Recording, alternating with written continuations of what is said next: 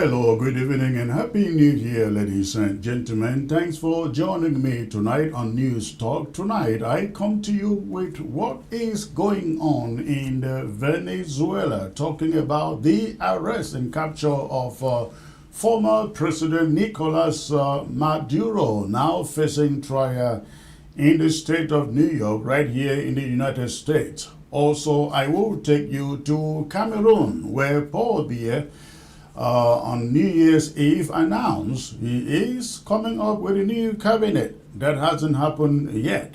And Issa Chiroma, the exiled opposition leader, promising, I will see you soon. What does that mean? Eric Chinje will be here to do justice on all of this, ladies and gentlemen. So please stay put. I'll be right back in a few minutes with all of this. Don't touch your remote. Again, I'll be back.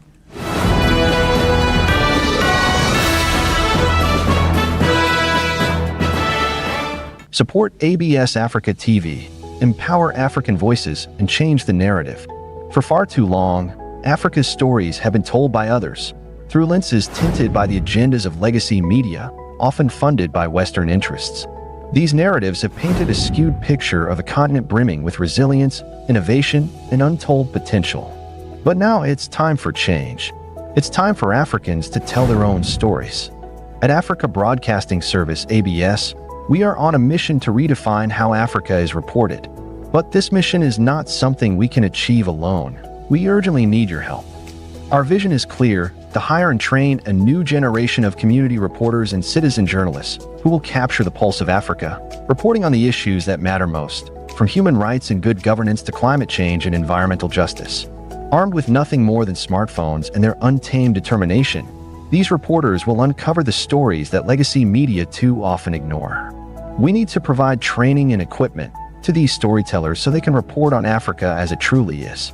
We cannot do it without you. Your donation, whether big or small, will help us give Africa's unsung heroes the voice they deserve. Together, we can disrupt the old narratives, challenge stereotypes, and paint a truer, richer picture of Africa. This is more than just supporting journalism. It's about empowering a continent. It's about justice. It's about truth. Together, let's tell Africa's story. Please join our GoFundMe and donate now.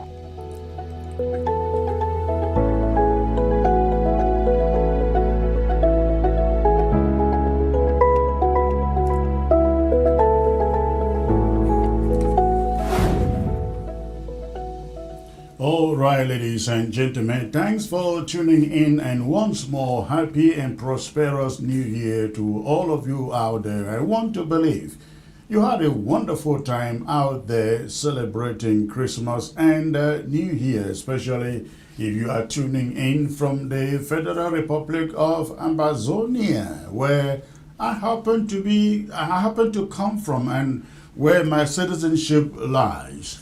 Thank you for tuning in. Please go ahead. If you are joined in by YouTube, hit the like button or the subscribe button so that you are one of those to receive the notifications once we are live. Again, thanks for tuning in. I will take you to Venezuela, where a lot is happening there. Of course, we have heard of the arrest or capture, like at war, of Nicolas Maduro, former president of that country, the strong man who ruled and reigned for, I think, about 14 years. And now he is in custody in the United States of America. You all have gotten that. I'm going to connect that story to what is happening in La République du Cameroon with the entrenched rule of Paul Biya today. And then from there, we delve into what is going on in Cameroon with Paul Biya yet announcing the formation of a new cabinet since elections on October 12th. Then Issa Chiroma promising at his New Year's address to see you soon, Whatever he means by that. Again, Eric Chinje will be here to do some justice to these breaking news stories. But for the moment, ladies and gentlemen, I bring you the story of what is happening in Venezuela. You can see the images of Nicolas. Nicolas, I call him once president, but now a perpetrator. Handcuffed, the strong man, once untouchable. Ladies and gentlemen, again, power falling off from his hands, and now we see him shackled in chains, being taken to a New York court to face trial for trafficking of hard drugs, cocaine, and so on. You can name the rest. That happened this morning, and in that first hearing, Maduro pleaded no guilty. I am not guilty, he said. That was his plea today in New York court, ladies and gentlemen. Again, I want to take you into my monologue. I will connect that with what is happening in La République du Cameroon with the reign of Paul Biya. The reign of Paul Biya. Can you imagine, ladies and gentlemen? Yesterday, this guy was a very powerful guy. But today, or a few days ago, I should say, power left him. Power left him. And we'll find him here shackled in chains and being dragged to the court in New York to answer for his sins. That is what we see on the screen there. Let me take you to my monologue on this subject, and then I will bring in Eric Chinje, who will try to do some justice to this and connect it to what is going on, the political situation in La République du Cameroon. Nicolas Maduro, once one of Latin America's most entrenched heads of state, was brought before a federal court in New York today, marking a dramatic escalation in a years-long U.S. legal pursuit that has steadily recast him from foreign president to alleged transnational criminal.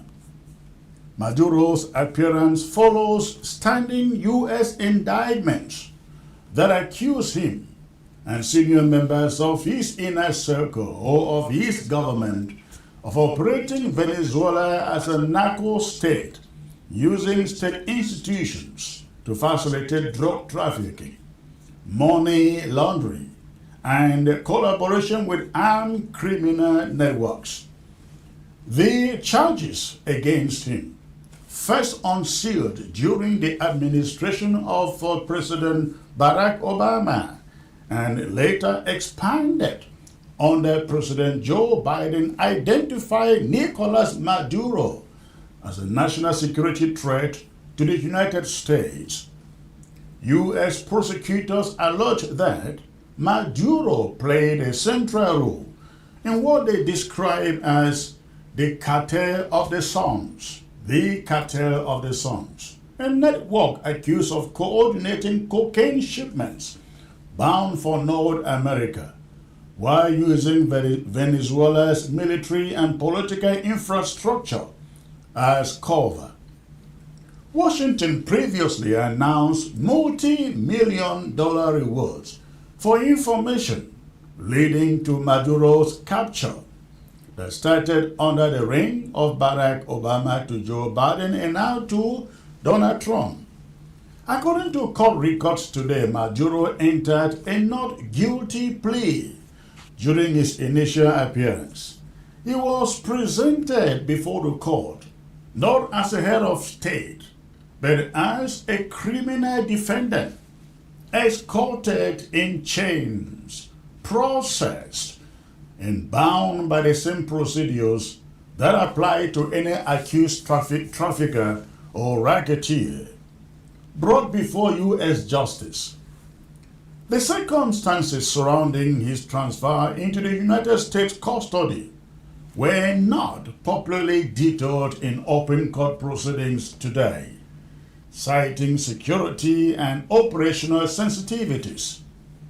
What was unmistakable, though, was the symbolism.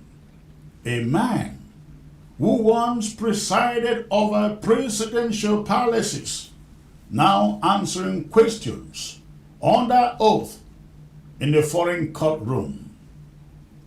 U.S. officials emphasized that the case is not about ideology, but about accountability.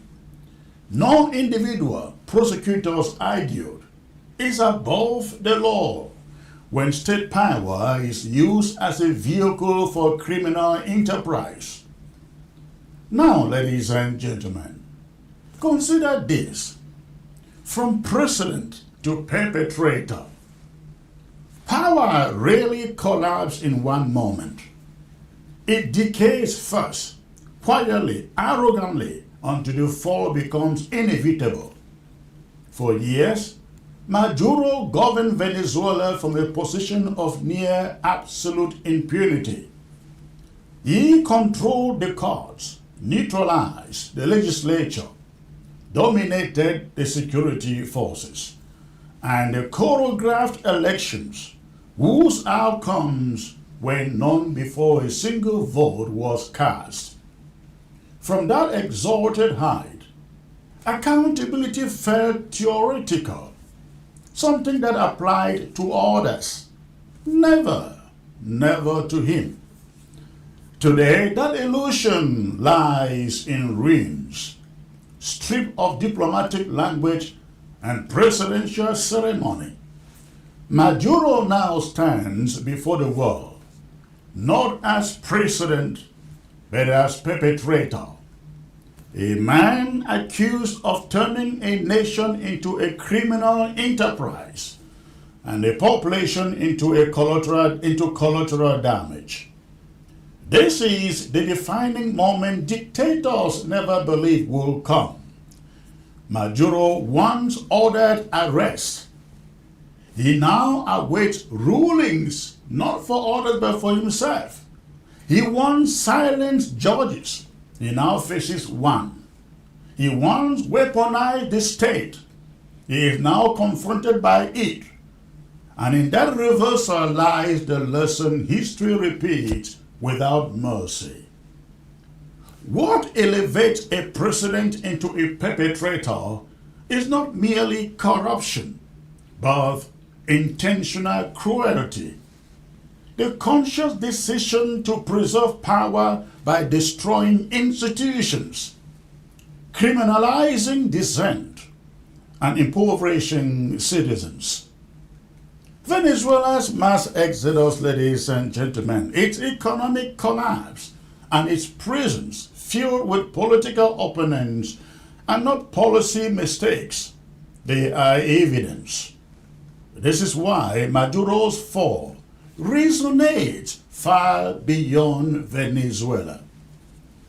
It echoes loudly in Cameroon, where Paul Biya has ruled for more than 4 decades under the same familiar script.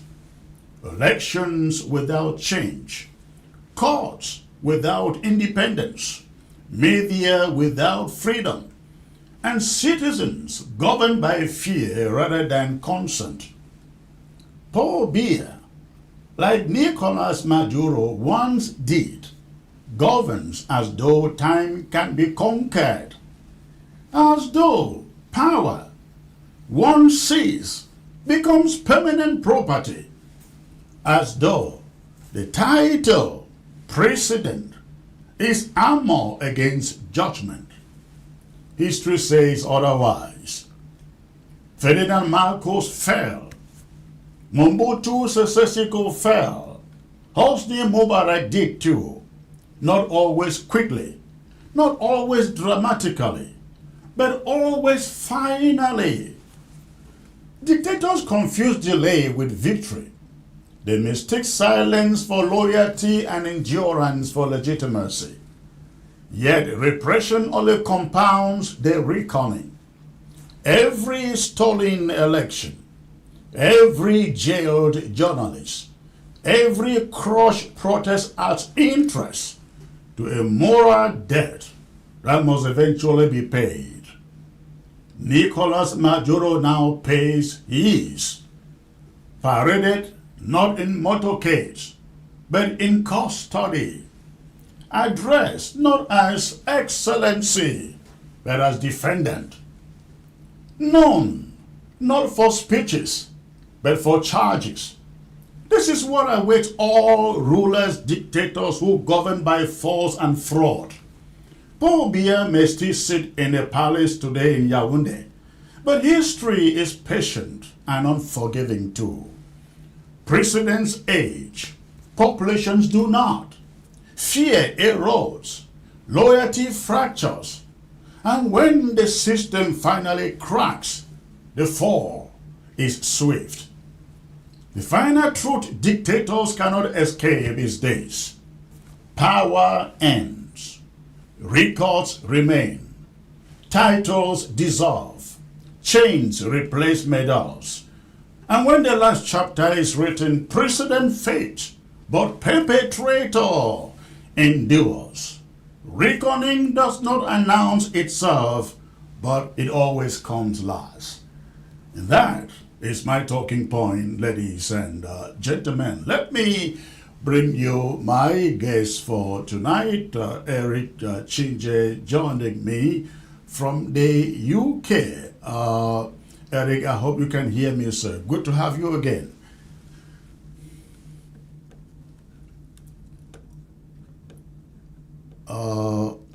Eric, can you hear me?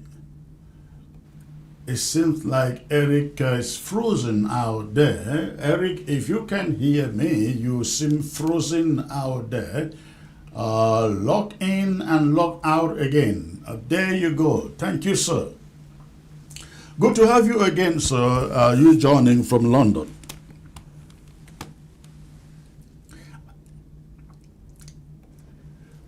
I hope did you get my monologue? I don't know for how long you were frozen. Just I heard all of your. Oh, okay. The All right. Wonderful. Yeah. Thank you for joining me. Let's get. We're going to discuss Cameroon, the New Year addresses of Paul Biya and Chiroma. But let us start from Venezuela, where you have been reading the arrest or capture of Nicolas Maduro, now facing trial in New York. He has pleaded not guilty to every charge. In fact, I learned you said, I am not guilty, I'm a good man. I'm a good man. He's a good man. Is he really a good man, Eric? Is Maduro a good man? You know, we're all human. I believe Mr. Maduro has all the frailties of our human constitution. He clearly thought at one point in time that he is more than a simple human being.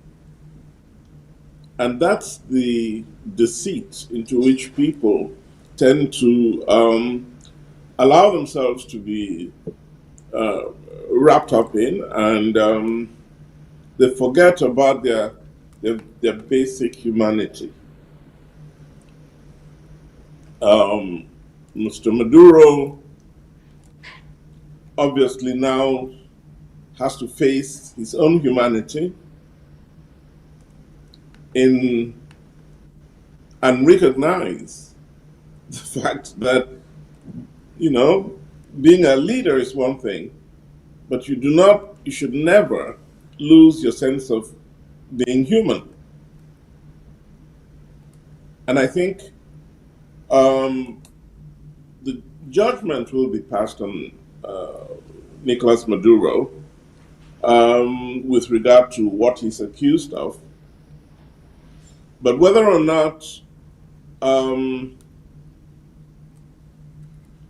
he is guilty, that's for the courts to decide. What I personally would rather deal with is whether or not the international legal system um, is fair. I have a problem with that. I honestly do not think that any nation should have the authority to go into another and pick up its leader. Now, let me provide some perspective to this. I personally do not think it should be done. But if the United States has proof that the actions of the Venezuelan government was having, the whole issue of drugs and so on, was having an impact on the quality of life of U.S. citizens who would be impacted by the sale of drugs. If there is genuine evidence, and I really do not know that Maduro was encouraging or was partially in any way possible responsible for the use of drugs in the United States. There's evidence of that. Then, of course, he has to pay the price. He has to be brought to judgment. But I seriously doubt that this president, the president of Venezuela,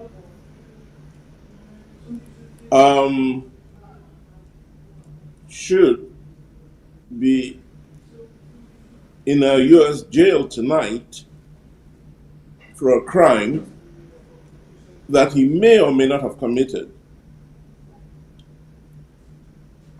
If he committed that crime, maybe he should pay the price. But I'm torn between international justice and national justice. One gets the uncomfortable feeling that Maduro has been thrown out of office because a US president obviously has the power, and he's demonstrated it, has the power to do what he's done. I'm left with a lot of discomfort in this particular case. Look, I know you'll ask me, Chris, and I'd love to talk about it. Mr. Maduro lost an election. He lost an election. There's no question about that. Mr. Biya in Cameroon lost an election. Will I, as a Cameroonian citizen, approve of this form of international justice that would allow Mr. Trump, or the president of Nigeria, for example, allow him to come in and emit justice in Cameroon? I'm not sure. I feel totally uncomfortable with that, Chris. Let me put the question this way. I know you frame your own question, you're trying to answer it. Let me put it better. If Trump were to come into Cameroon and say to Mr. Biya, you have been in power for 43 years, you are 93 years old, you got to leave or we are coming for you. Would you object to that? I would not be happy with a foreign power stepping in to address that problem. I would love for Mr. Trump to call out Mr. Biya, said, you lost the election, you've got to go. I would love for the international system to allow for that to happen. For the United Nations to act. I don't understand. Eric, I don't understand what you mean by for the United Nations to act. Maduro rigged elections for years. Paul Biya has Yes. rigged elections for years. Where has the United Nations been? Yes. So I agree with you, Chris. I just want us to have a more orderly international system. We've got to, maybe it's time that these high-level discussions take place. If we allow any nation, if we give that authority to any nation to intervene when it displeases them, because we know Mr. Trump has not looked kindly at not only Venezuela but a host of other countries. He's not. But Eric, the question is not even about Trump. This thing originated from Barack Obama when he declared a 15 million bounty on Maduro. That was, I think it was March 9, 2015. And then Biden made it up to, I think, 25 million. Trump comes and now he says, well, you guys put a bounty over him. I will do it. Now, I listened to the United Nations Security Council meeting today, and they were all saying, oh, this guy frauded elections so many times. He didn't win election. It is time for the real winner of the... And I'm just sitting here laughing. Where were those so-called United Nations security members when elections are rigged and dictators perpetrate themselves in Africa for years, including Biya? Yeah. You don't hear them do a thing. I totally agree with you, Chris, that citizens who rig elections, who think they're above the law, who would rather, should be our international system should figure out a way of dealing with them. It should not be based on the whims or the caprices of any individual. I'm saying, listen to what I'm saying. Our international system ought to make it an imperative that when elections should not be rigged. When a leader loses elections, he should step aside. I mean, this obviously many would see as wishful thinking. But I wish we could use the Maduro case to establish, an international system that allows for citizens to have their votes counted and their votes to matter, and to use the democratic process to get rid of leaders who are not doing, not doing what they should be doing. I wish Mr. Biya out. Mr. Biya lost the elections. I mean, there's no question about that. And I wish we could figure out a way of getting him out that is not by a leader who doesn't like him.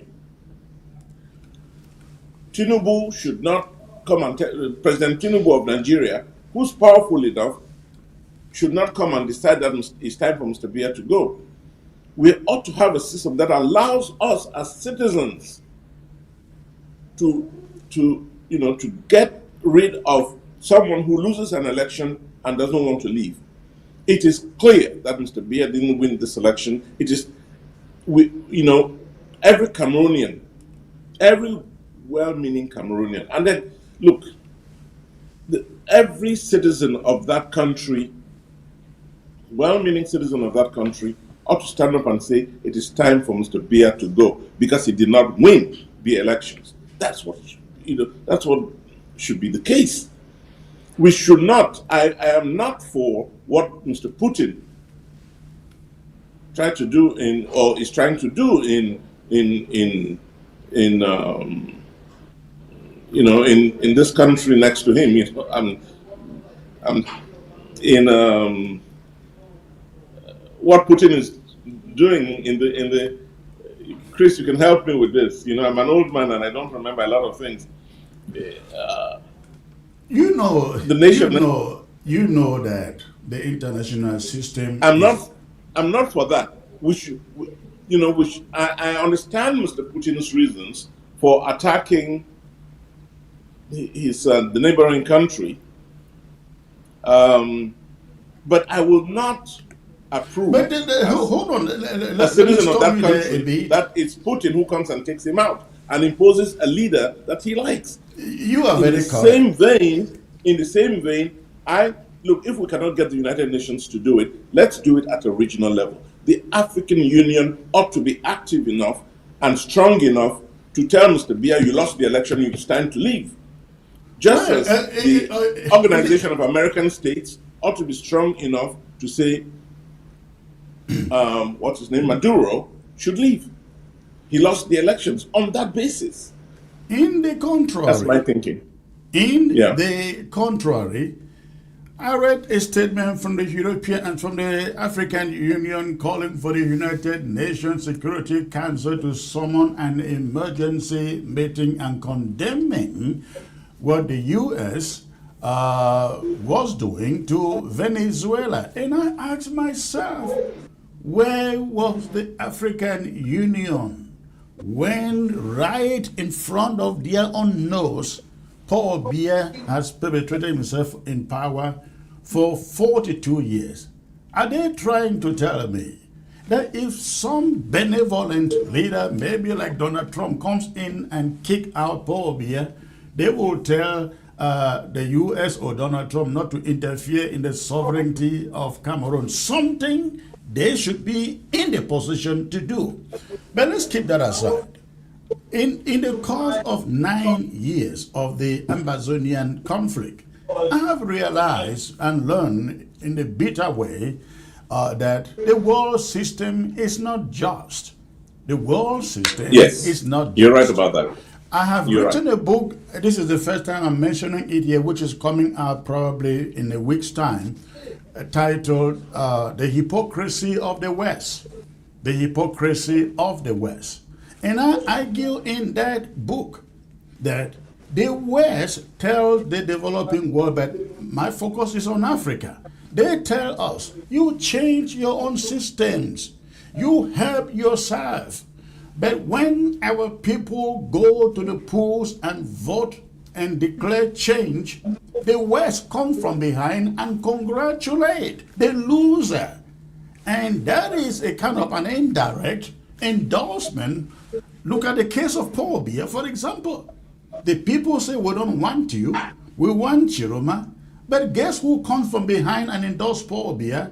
The same West that is telling you to fight and change your own system. So, what would I do if I were in this position of the Venezuelans and the Americans? I will welcome what Trump has done in Cameroon without blinking, because the world is not just. We have seen that. We can go that route. The world can go that route and say, okay, let the powerful determine outcomes in countries that are not theirs. We can take that route, So we should not really be complaining about Putin and Ukraine, And if we think we should not complain about that, then yes, we should not complain about Trump and Maduro. But what kind of a world? I mean, this would be This would be a global jungle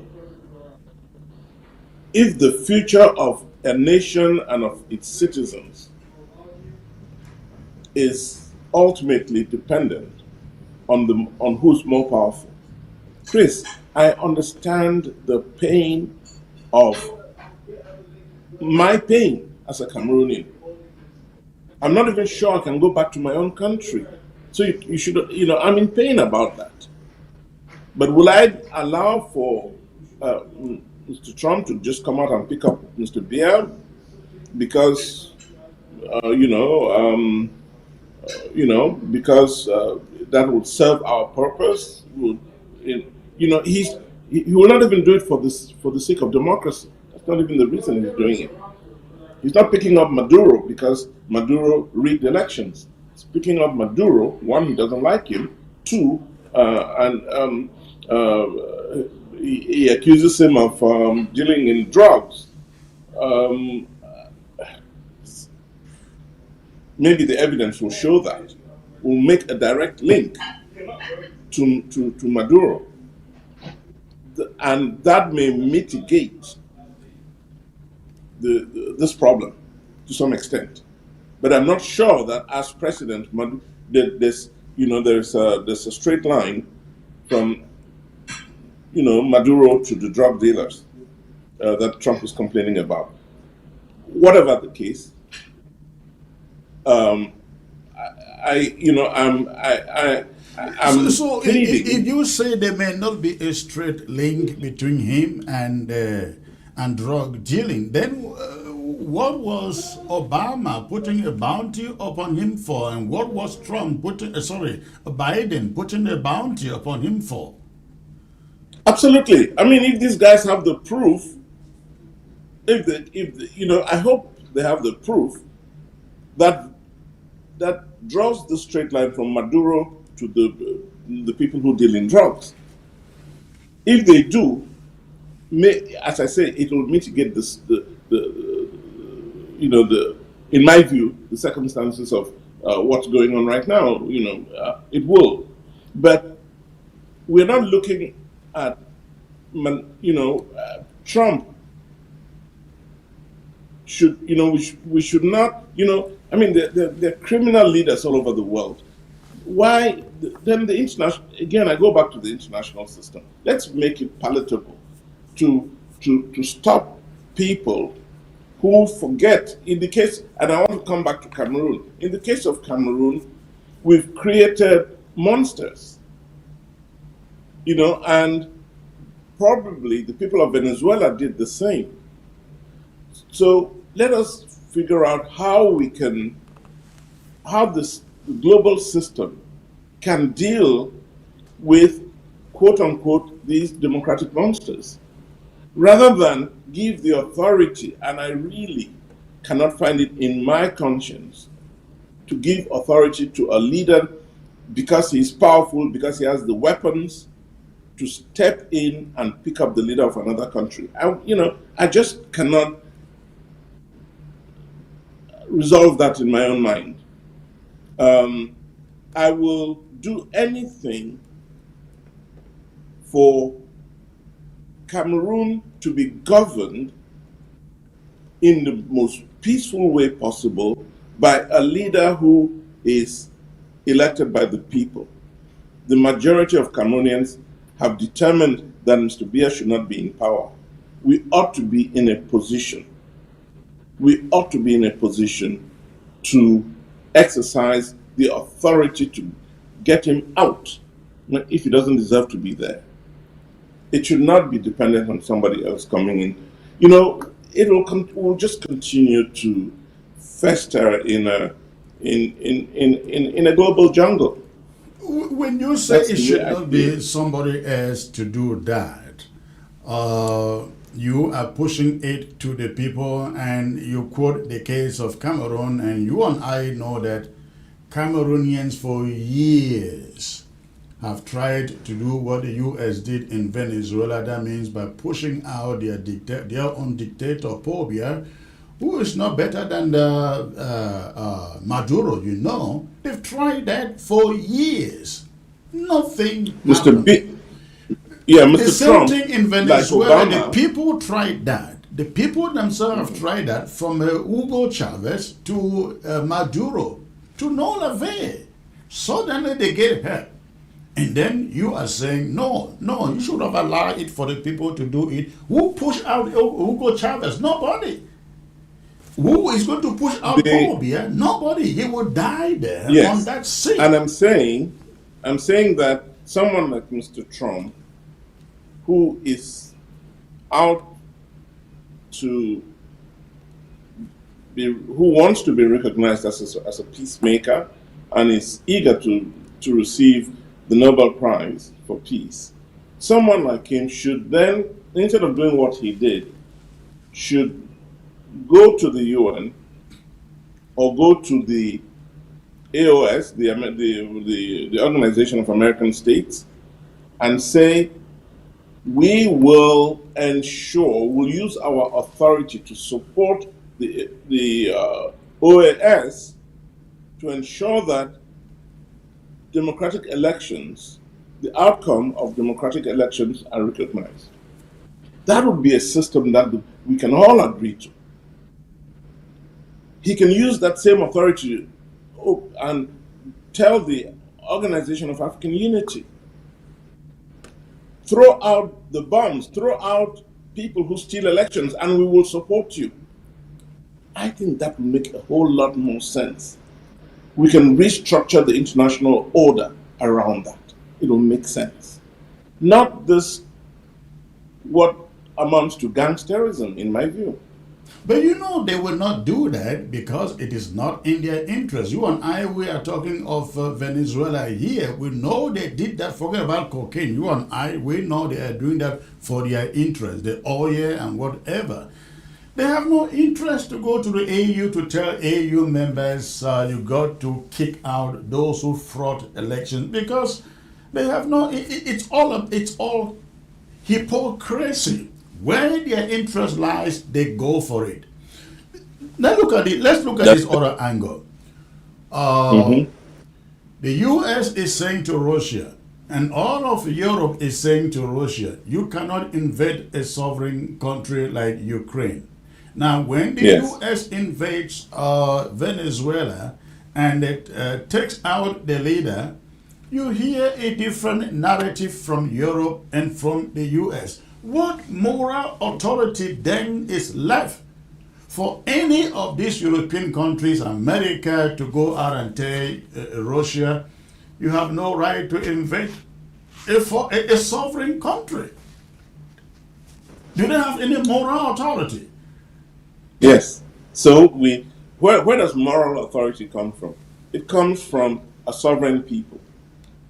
That's where moral authority comes from. And if we can, as a global community, we can agree on the morality that is recognized by the globe, by the international community. And that's what this ultimately comes down to.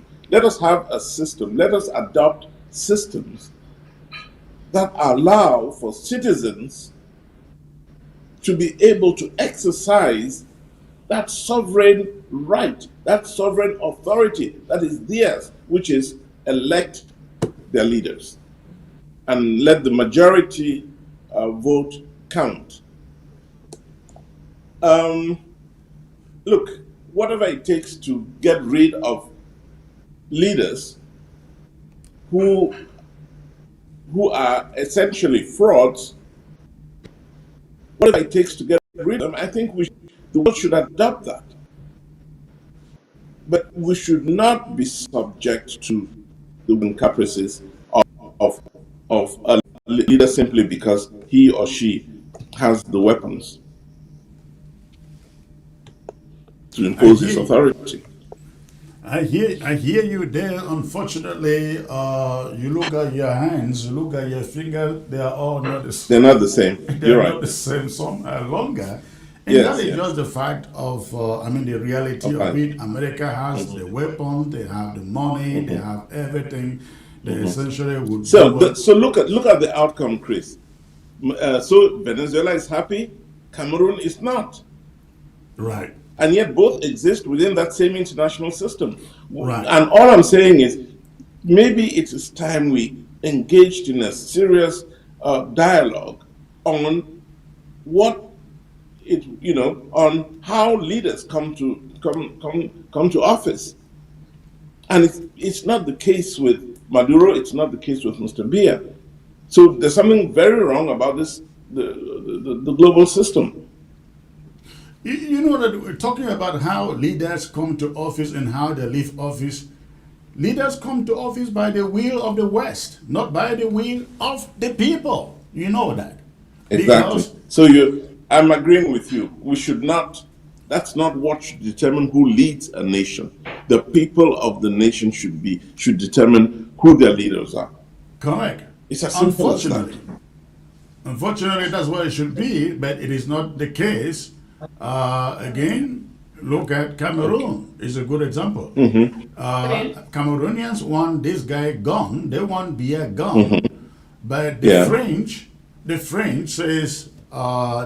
say, we still have faith in him, irrespective of how age he is. We still have faith in him. We want him to stay. The British, Yeah. they want him to stay, and so on.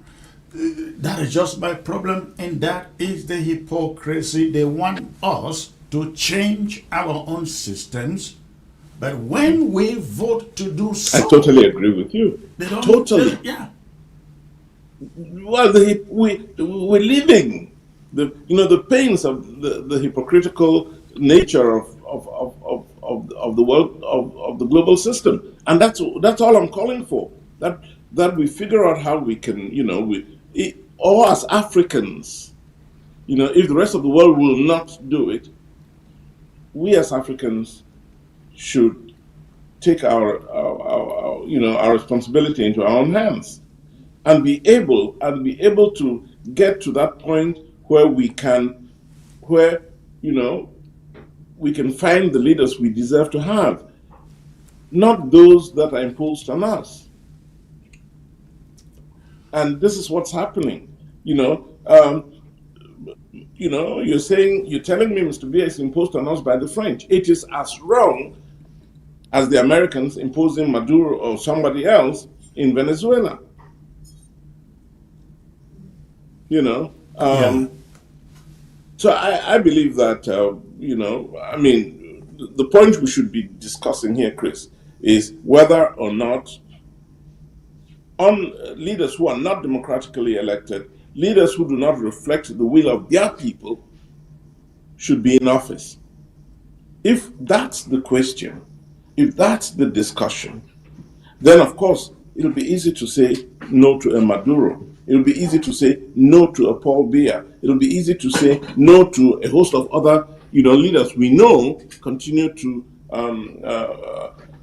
govern without the authority of the people, of their sovereign citizens. Well, let's leave it there. Let's transition to Cameroon. Paul Biya was out. I don't know whether it was him speaking or a robot AI speaking, but one of the lines that I got from his New Year Eve speech to Cameroonians was making the youths to get employment, making life better for the youths, and also That's what it is, Chris. forming a cabinet, in view of the recently conducted elections in that country. At the same time, Issa Chiroma came out and said, I will be with you soon. I will be with you soon. I'd like you, Eric, to dissect what you can make. The information I have gotten is that there is some underground negotiation between the Chiroma camp and the Paul Biya's camp, which is why up to now, Biya is still talking about cabinet change. Is Issa Chiroma going to get into any form of accept any deal coming from Cameroon to for a government of so-called national unity. Is Issa Chiroma going to accept a government of national unity? Because I was informed that the Biya regime actually offered Issa Chiroma and his camp nine ministerial cabinets, and Issa Chiroma would pick his own people to fill those offices. Is there any negotiation of the such going on between Cameroon and Issa Chiroma, the CPDM and Yeah, Issa Chiroma? let me answer that in two ways. One, from a very personal perspective, based on everything I know, based on everything I've heard, based on my interaction with everybody around Mr. Chiroma, the answer is no. He has no interest in negotiating with Mr. Biya or anybody else who lost the election. He has zero interest from all indications, from everything I know. So that's, from where I sit, Chris, and what I see and what I hear. Let me come to it from a second perspective. What the Cameroonian people voted for was change. They wanted change, and Mr. Issa Chiroma is the symbol of that change. Why would why would the symbol of change? What authority does Mr. Chiroma have to transform that symbol into some form of power game? If he was seeking to be in power for personal gain, Cameroonians would never have elected him. And so I'm absolutely at peace with the views that I hold. Cameroonians want change. Issa Chiroma wants change, and he will not, because negotiating with the current leadership in Cameroon is, in essence, agreeing with the quality of governance and projecting a system that simply tweaks what is going on right now in that country. And we know that it's not in tweaking it that we will get what Cameroonians want. We want a system where we can go out to vote, and whoever is voted in by the majority comes into office. The truth of that cannot be negotiated. Truth does not come in halves or three quarters. No, truth is absolute. That's what we should be working for. That's what we are working for. That's what I am working for. That is what Project C, that I am a part of, that's what we are working for. For change. CHANGE. Change in Cameroon. Change that would significantly improve the quality of governance. Change that would give justice, the legal systems in Cameroon, moral authority that they no longer have. I'm not the only one saying this. The world knows it. The world cannot negotiate with Cameroon today because we do not believe that the legal systems in Cameroon work. Kamto would not have been thrown out the way he was thrown out from the electoral process. For example, if it worked, I'm no fan of any single politician in Cameroon. But I know, and this is the truth, and every Cameroonian knows this. Camto should never have been thrown out from the process. Every Cameroonian knows that Issa Chiroma got the majority votes, including Mr. Paul Biya, including Mr. Atanganji. He knows this, including Mr. Ngongo. They know it. So, all we ask, so it's not in negotiating, oh, you take a piece and I take a piece. That's been the problem in Cameroon. That's what we are against. This country deserves to have a system where every young Cameroonian comes into the world with very clear prospects of living a decent life.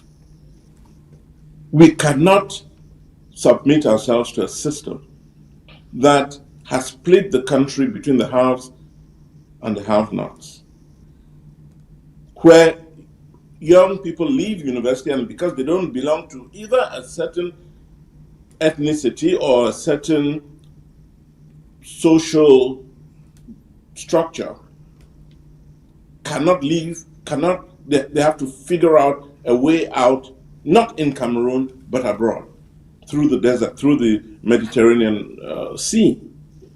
We cannot agree. This country has enough to take care of all of its children. And that's what we're talking about. We want a leadership that opens up opportunities, opens up possibilities, allows everyone to fight for a better life based on what they bring to the table. We don't have that in Cameroon right now. We don't have a justice system that works. Why can I not go back to Cameroon right now? I want to go back. Why can I not go back? Because I'm afraid of the system. If anything were to happen to me, I don't think the judiciary, we have a system that will protect me. Or if somebody hurt me, but with authorization from a 2D, I don't think my family will get justice. That's what we're talking about. It's as basic as that. And yet we have what it takes for every single Cameroonian to have a good life. Cameroon. If a handful of people are willing to share the Commonwealth, and the tragedy of that country is that a handful of people want to keep it to themselves. Right. Cameroon is preparing so-called regional and council elections, I think, in the coming months. Is Issa Chiroma's party preparing to participate in those elections? Well, one, I don't think he should. Personally, I don't think he should. And my sense is he will not, because who's organizing these elections? Will it not be the same fake organization where Etude decides how many people actually make it into parliament? But do you see here that you are making the case we made when some of you were trying to pressure us, let Ambazonia go and vote, let Ambazonia go and vote, and we were asking you the question, who organizes the vote? The CPDM. Who calls the results? The CPDM. Who monitors the vote? The CPDM. Who are the officials? The CPDM. And we knew it was not going to affect any change. Now, Yes. now you are speaking the same language now. No, I'm not. Look, there's a fundamental difference in perspective. I insisted that the leaders of Ambazonia should authorize Anglophones in Cameroon, should allow Anglophones, should call for a truce, if you like, so that people could go and vote. Because I knew, and it turned out to be exactly true, that if you did not allow people to go and vote, a handful of people will still vote, and out of nowhere, the regime in power in office will just declare that they won the elections. That's exactly what happened. And had more people, had the vast majority gone out to vote, we would have seen a different outcome. No, I At think least you're those. not. No, a different outcome in that part of the country. We are in a situation where, take Batibo for example, that not even 200 people voted, and they So told are us you 5,000 people trying voted. to say the results coming from Bamenda and Boya would have been different had everybody from that part of the world gone out to vote? They Bia taken would still yes, Bia would have lost it in Bamenda and Boya. they would not have had the means of manipulating it. But they did the The same result in in other those parts. two regions, especially in those two regions. Why only And in the northern and the southern zones of Ambazuna would they have not been able to do that when they did that across the country? no, they didn't. There are parts of that country where they didn't. They just played with numbers. Exactly. They didn't. Exactly. That's No, the they played point. with They would have numbers where played they the could same play. numbers in the northern zone and southern zone of Ambazuna. It was all about playing about the numbers. In many parts of the country, Mr. Bia lost. Mr. Bia won. Mr. Bia manipulated, or his team manipulated the results of the Northwest and the Southwest. They gave him more votes. They tipped him over by his count, they tipped him over the winning line. They did. It would have been a different outcome, Chris. And this is what you don't want to see. They could not fraud in the north, in the three northern regions. And had we had those three regions and the two Anglophone regions, and very likely the West, where they had a hard time frauding, would have a different outcome in Cameroon today. I can guarantee you that. But because they could play with numbers, look at the Northwest and the Southwest. Mr. Bia won. Mr. Bia won. Yeah, Because the people who were allowed to vote, and who actually voted are people of the CPDM. And he won. Had we had those two regions legitimately vote as they should have, and we had the three from the north, it would have been a different outcome. I think with the benefit of the hindsight, there is absolutely no way Mr. Bia was going to allow the northern and southern zones of Ambazonia to go to Isa Chiruma. By no means was he going to do that. He could have had people come out massively. They only played on the fact that people could not go and vote. That's what they played on. The fact that people could not go and vote. I totally disagree with you because, again, as you look at it today, their numbers showed. Knowing what we know, Bia was still going to win the voting, which is the main reason, in your opinion, you are saying there is no need for Isa Chiroma to go there, run for some council or regional election because the machinery is still in place. No. I'm saying, the reason I'm saying that is because the person in charge, the people in charge, have no legitimacy. The people in charge do not have that legitimacy. And by going into elections, you're literally recognizing it. You're saying they have the right to organize elections, and we are saying they don't. And now we should not. Look at it. Let's flip the coin. Isa Chiroma, in your opinion, should not go for the so-called council and regional elections. Now, Kamto is mobilizing to go, and all the Joshua Osis and all these other mushroom parties mobilizing to go. At the end of the day, they go. You know what the Bia regime will do?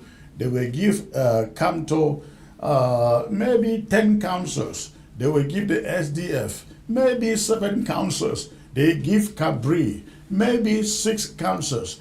Just distribute it among themselves. At the end of the day, Issa Chiruma's party is nowhere to be found. They have nothing. Absolutely. And, Absolutely. And by that way, they have totally eliminate Issa Chiroma from the political scene. His party is non-existent. Well, you know, you're totally right, Chris. And this is where Cameroonians have to look themselves in the mirror and determine whether what it is exactly they want. Let me point out. I've pointed this out before, I think, on your show. I want to look at 5 countries, African countries, that where they were in 1990 at the dawn of the democratic opening in Africa. You know, remember the years of the national conference. I want to give you 5 countries: Senegal,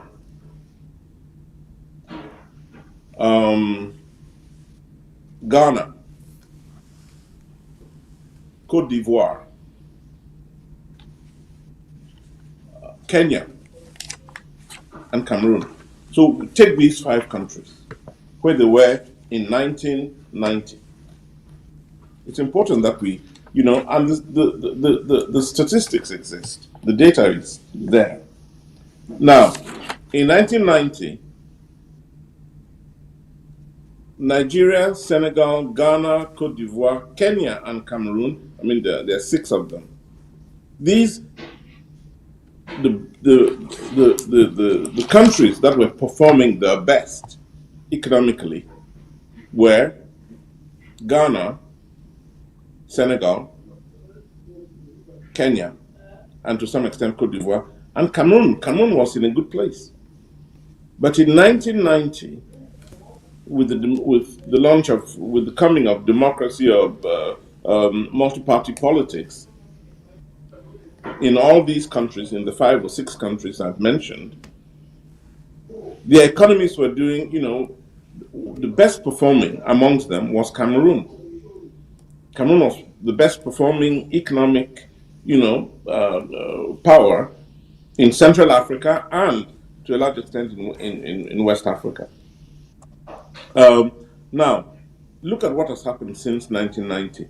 Nigeria has had 5 leaders. Obasanjo, Yar'Adua, Goodluck Jonathan, Buhari, and Tinubu. 5 since 1990. Senegal has had 4. Abdou Diouf, Wade, Macky Sall, and Diomaye Faye. 4 since 1990. Ghana has had 5, maybe more, but 5 certainly. Rawlings, Kufuor, Mills, Akufo-Addo, and Mahama. And Mahama has had 2 mandates. So 5, Ghana. Côte d'Ivoire, in spite of going to war, has had 3. 3 new leaders. Kenya has had 4. Moi, Mwai Kibaki, Kenyatta, and Ruto. And all of these countries economically have improved. The only country that is in a state of absolute stagnation is the one that has not seen a change in leadership, Cameroon. All the others have. Their economies have improved, their GDPs have improved. The gross domestic product of all of those countries I've mentioned have improved. The only one that has not changed is Cameroon.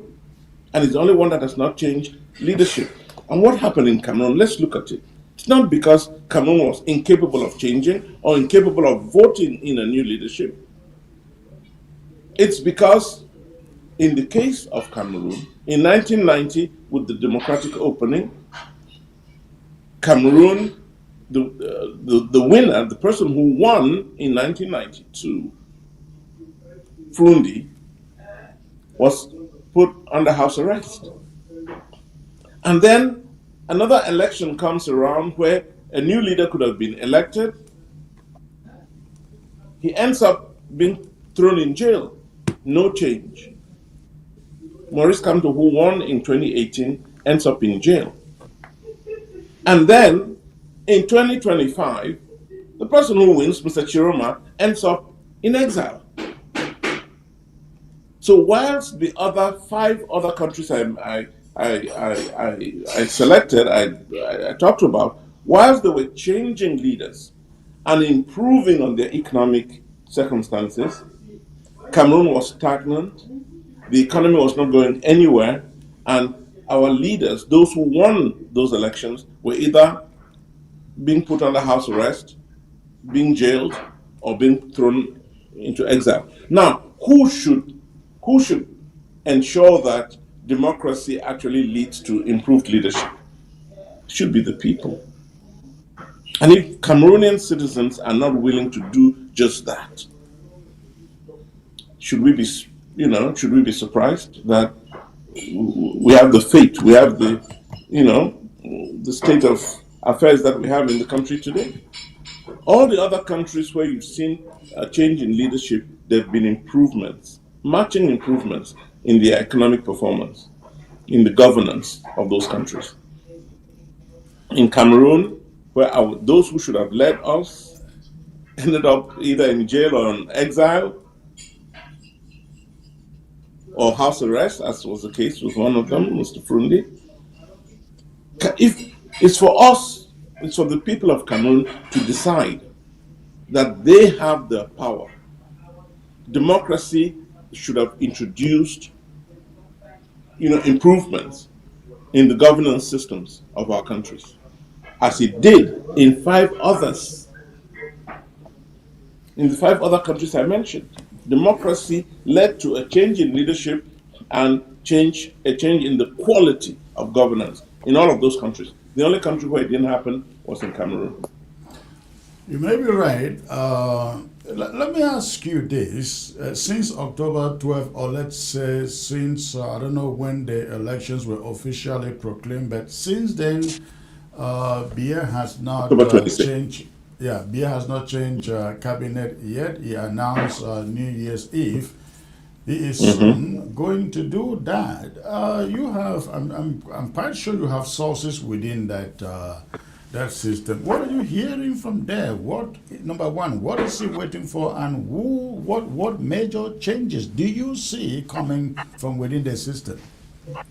Nothing. I don't see any significant change because they just, there's a lot of trading going on right now. Those who, but it's the same group of people. It's the same people. They don't, so they'll be negotiating. You can get this and I can get that, but essentially nothing changes. Nothing, because the system right now does not allow for an injection of new ideas. For Cameroon to change and change radically, then the country needs radical new ideas. But the folks who are in charge now will not let it happen. Let's look at any set of parameters. We've got oil money. We've got enough oil money to begin to provide infrastructure to Cameroonians.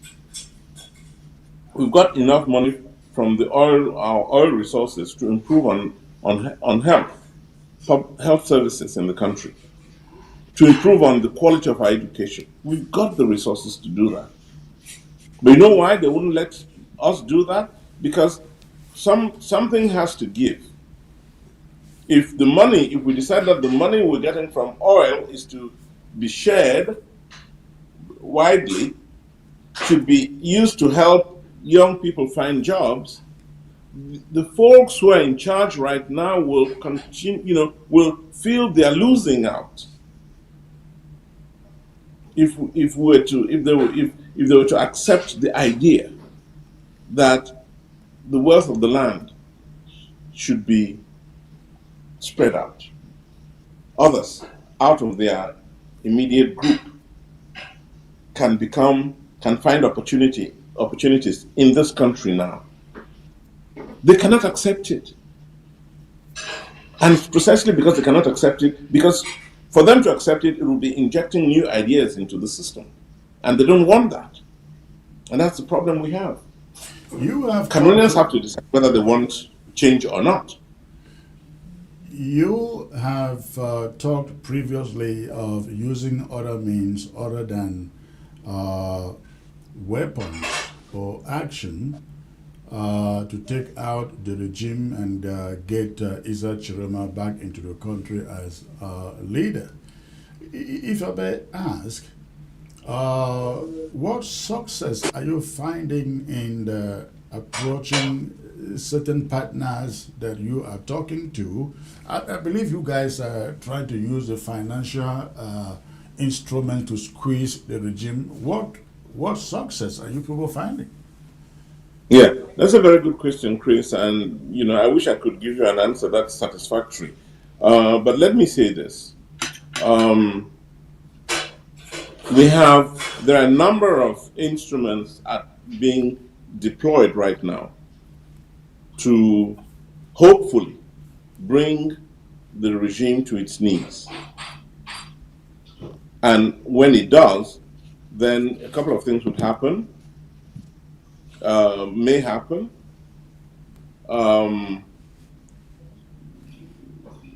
If they can't pay salaries anymore, for example, again, I'm trying not to bring out some of the strategies in use, but let's take that for example. If it gets to a point where they can't pay salaries to a significant sector of national life, teachers, for example, civil servants, for example, if it gets to that point where the country is no longer able to do it, I know there are many of them listening to you now, and if it gets to a point where they can't pay salaries, Chris, we hopefully will have a significant number of Cameroonians take to the streets and say enough is enough, the system has to change. It can happen. It can happen. I know that will certainly work. That would certainly work if it gets to that point. The problem is whether it will get there, because we heard this narrative before from the Frundis, the Maurice Kamto. No. Getting the the World Frundis Bank, never had. getting IMF to squeeze. It never happened. No, they never had the kind of, well, first of all, access to the leaders of the global finance. They didn't have the kind of access that we have now. That's one. So it was more wishful thinking than actually engaging. But it's not even a matter of access. It's a matter of the reality of the situation. No international financial organization wants to come into Cameroon and lose money. We're in a position to tell them now that if Cameroon is a heavily indebted poor country, every action you take to increase the debt of Cameroon today is compromising the future of Cameroonian children. So we are in a position now to tell them, and they understand it because they see the figures. We're in a position to tell the World Bank and the IMF and the European Union and the African Development Bank and all these international financial institutions that please do not increase the burden. It's already enough. Do not increase the burden of millions of children, teenagers in Cameroon. Do not increase the debt burden on this. And if you do, we will make sure that your loans are not paid. There will be a case made against these institutions, if they want to continue to do that, they will be exposed. We will expose them. So I believe that we're in a position to put enough pressure on these systems to not increase the debt burden on Afri-Exim Bank, whose leadership I respect because I happen to know them. They've just, they've either already given some money to Cameroon or about to do so. So, we want to make sure that that loan, which was negotiated before the elections, we want to make sure that that loan is the last that is given to that country, and that beyond that, everybody else. Okay, they already got a loan, anyways. I was going to say, yes. Why can't you stop that? No, it was negotiated before the elections, and we didn't have the case. Right. But now, yes, we'll make it clear to everybody else that Cameroon has the wrong leadership. Cameroonians have expressed their desire for change in leadership. And please, until we have the leadership that is acceptable and accepted by Cameroonian citizens, do not negotiate with them. Do not increase our debt burden. Do not punish children born and yet to be born in Cameroon. We're in a position to do that now. And I'm hopeful that the world will listen because, as I said earlier, these institutions do not want to throw money after, they are not going to Cameroon to lose their money. So when Isa Chiruma comes on the New Year Eve and say, I will see you soon, and yet we know nothing has changed, what message was he exactly sending to the people? The message should be very clear, but I want to say this. It's at two levels. First of all, Mr. Chiroma and his team are doing everything possible to have the verdict of the ballots respected. Everybody who knows what happened in Cameroon on October 12th should be working, and the rightful authorities are working to ensure that the results of the elections are respected ultimately. And if they're not, then we will have to create the circumstances I'm talking about, where Cameroonians themselves will go out and say, enough is enough, we want change, we want jobs. There are hundreds of thousands of young graduates who want jobs, but they've not said their last word yet. They will if the economy continues to take this nosedive that it's taking right now. And the reason we are doing it is just so that we can turn things around. We can make, Cameroon Cameroon should be a better performing economy than all those that I mentioned: Senegal, Cote d'Ivoire, Ghana, Kenya, and even Nigeria. Cameroon should be a better performing economy. It isn't. So at one point, Cameroonians will have to stand up and say, look, we deserve to be a better country. We deserve to have a better economy. The lives of our citizens deserve to be better. Look at those 5 countries I've mentioned. The worst capital, from Dakar to Accra to Abuja to Nairobi to Abidjan. Go look at those 5 capitals. You will see what it means to be a developing country in all 5. The worst African capital, and certainly among those 5, the 6, if you include Cameroon, the worst is Yaoundé. No sense of development in Yaoundé. Even N'Djamena, Chad, which is next door, which was almost for the longest time one of the poorest countries in the world. Go look at N'Djamena today. N'Djamena has boulevards. N'Djamena has lights, street lights. Go look at all of these countries. Ethiopia, Addis Ababa. Years ago, Addis had no decent roads. Today, Addis, the quality of infrastructure in Addis is comparable to that of any country in the world today. France included, America included, the United States included, Washington included, Paris included, London included. The infrastructure in Addis is comparable to any one of those. The infrastructure in Kigali is comparable to any one of those. And then Chad, of course, as I said, Benin, Cotonou, go to Cotonou. All of these cities, they reflect that movement in those countries. They are a developing country. Cameroon is a stagnant economy. Cameroon is not a developing country. How can we be proud of that? How can anybody be proud of that? I don't know. Well, Eric, please stay put in there. We're going to open the phone lines when we come back and take a few questions before we call it a night. Stay put, please. Thank you. I will.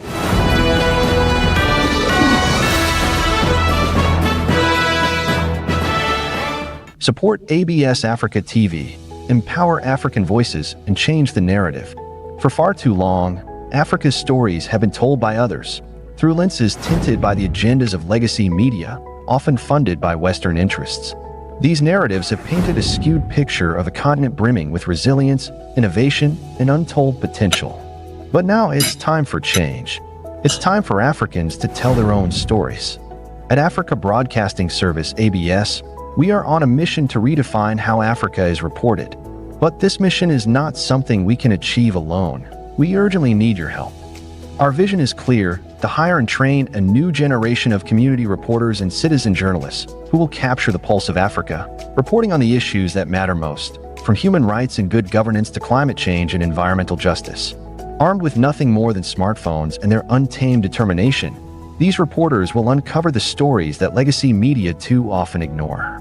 We need to provide training and equipment to these storytellers so they can report on Africa as it truly is. We cannot do it without you. Your donation, whether big or small, will help us give Africa's unsung heroes the voice they deserve. Together, we can disrupt the old narratives, challenge stereotypes, and paint a truer, richer picture of Africa. This is more than just supporting journalism. It's about empowering a continent. It's about justice. It's about truth. Together, let's tell Africa's story. Please join our GoFundMe and donate now.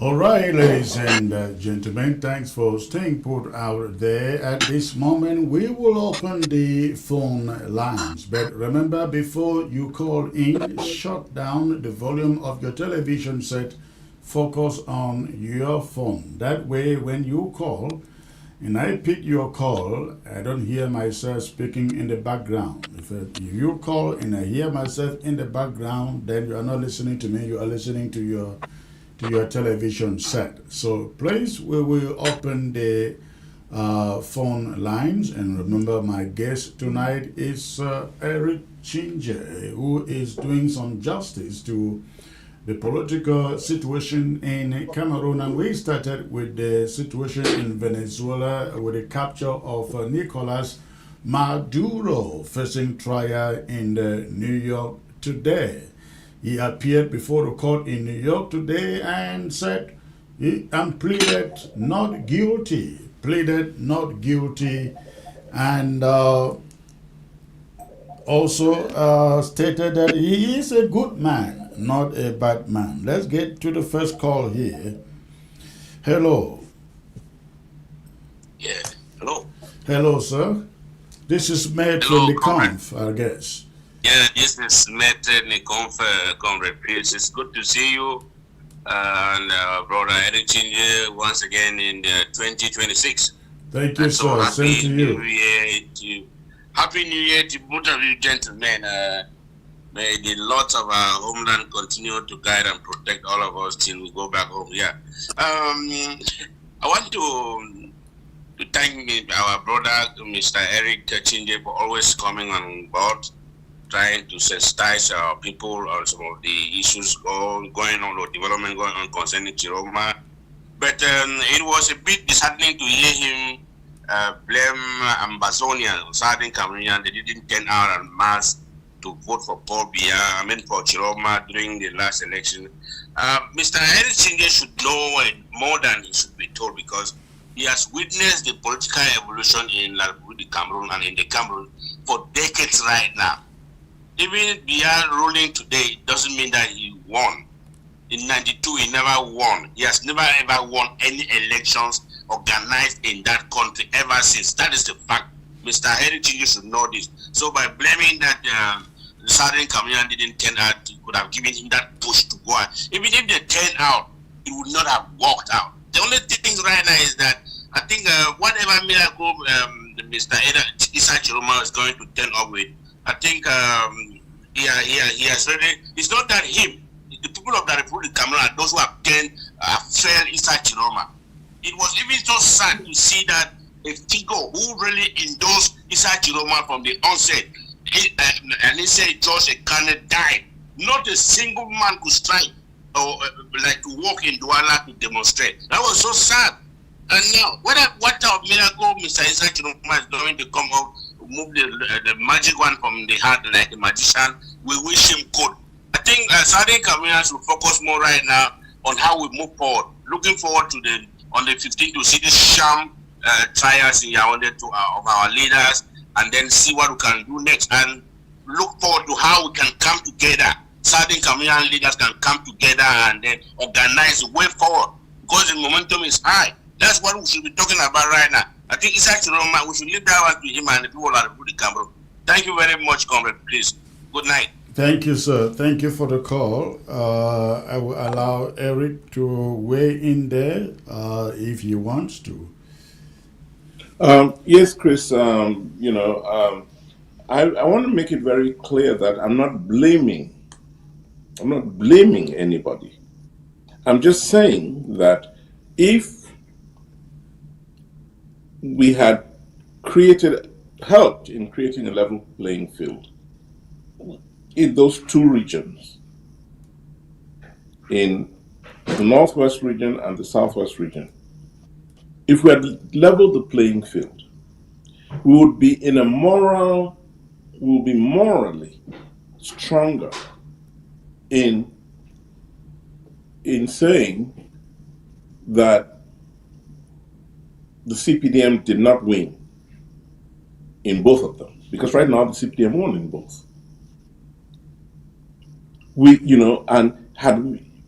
Unfortunately, people didn't turn out, and those who turned out were their people.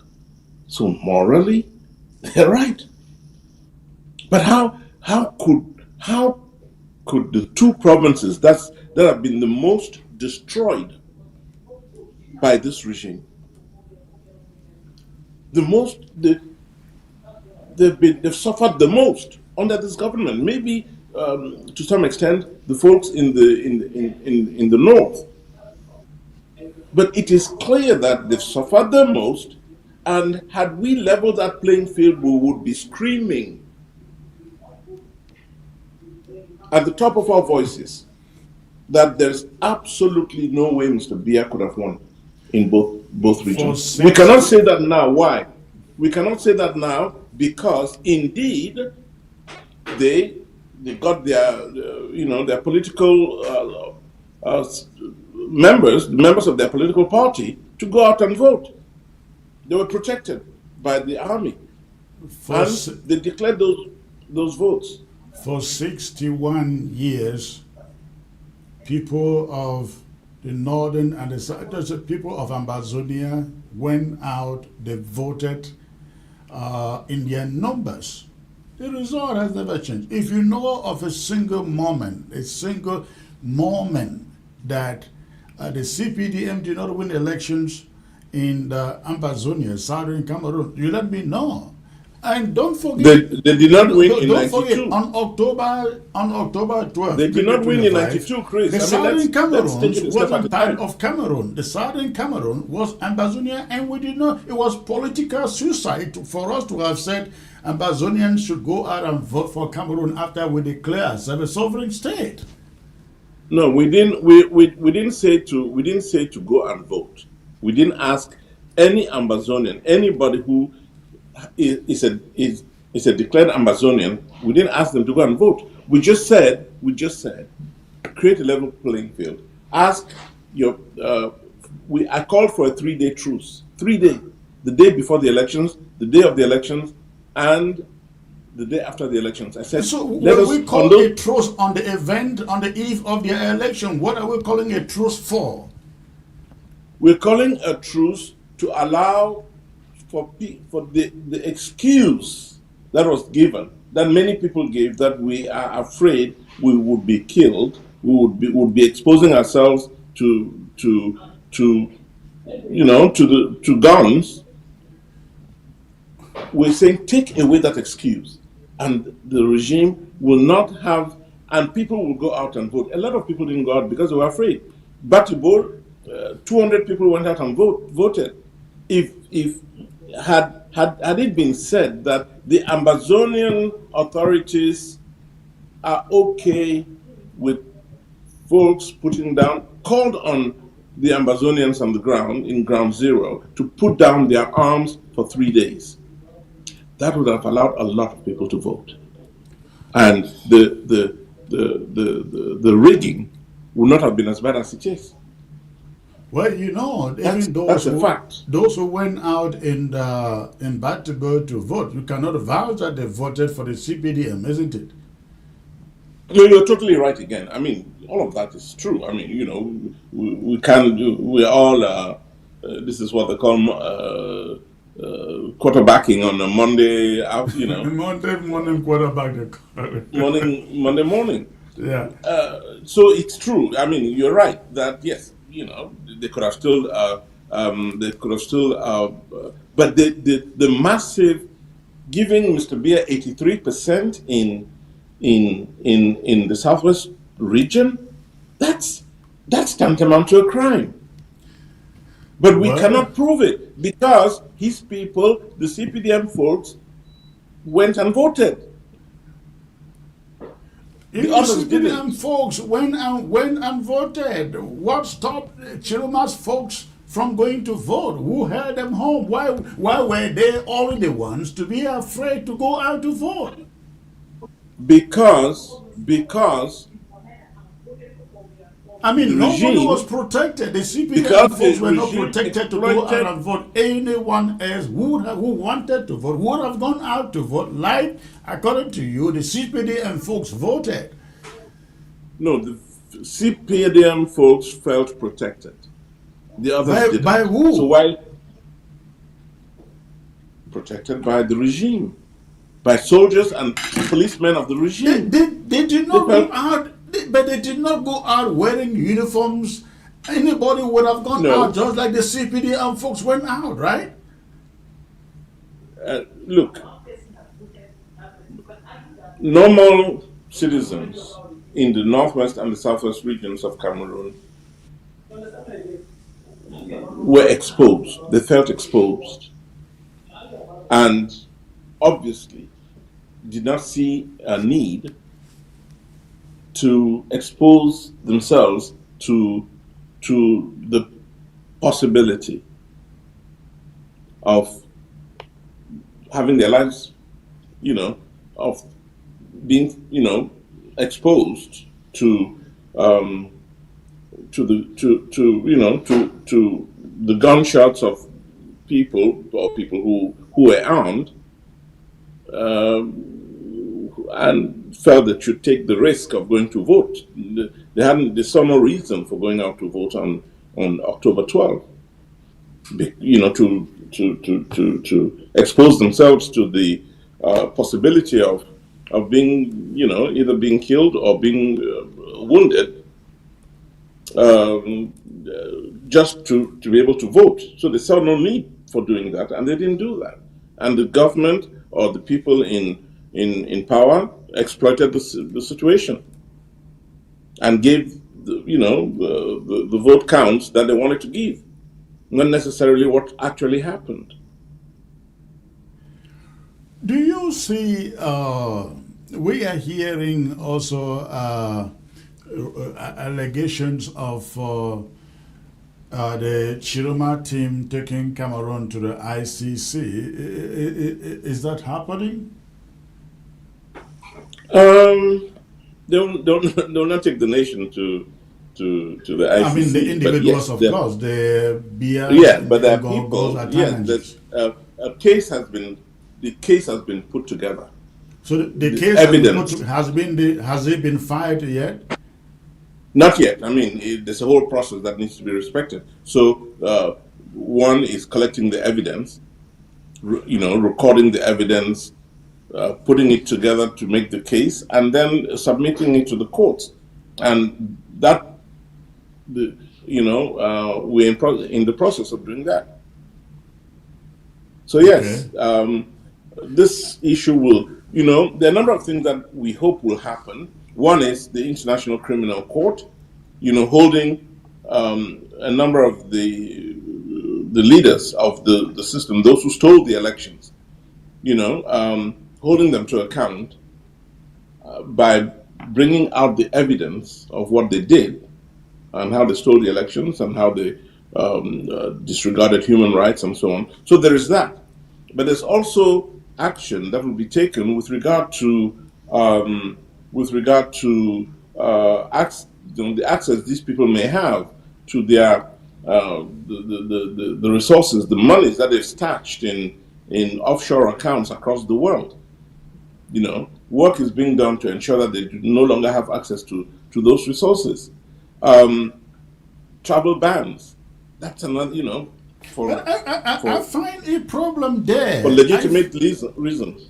This is the problem I see with trying to confiscate or hinder access to the resources, the loot they've looted and kept in foreign lands. You know, the Swiss, for example, or all these Caribbean nations that help the rich people to come and save their money. You know, they're not going to say, "Hey, Ferdinand Gongo, until you change your regime." You're not going to have access to this money. Or they're not going to say to Mr. Bia, you're no longer going to have access to this money unless you change your regime. Because it is business.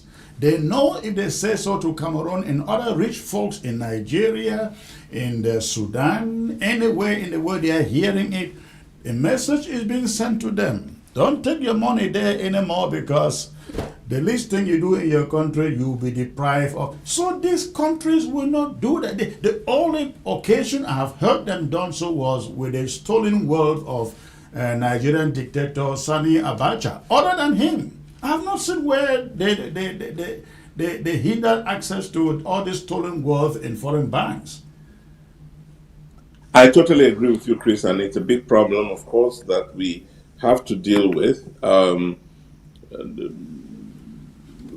But I believe firmly, and a lot of people who share my views do believe also that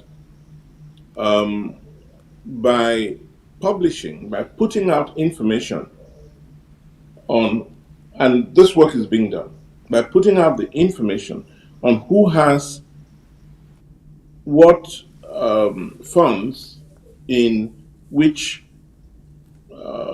tax haven or foreign offshore accounts, on putting out that information, and we're working on it, Chris. We're working on it. Putting out that information will begin, in my view, to dissuade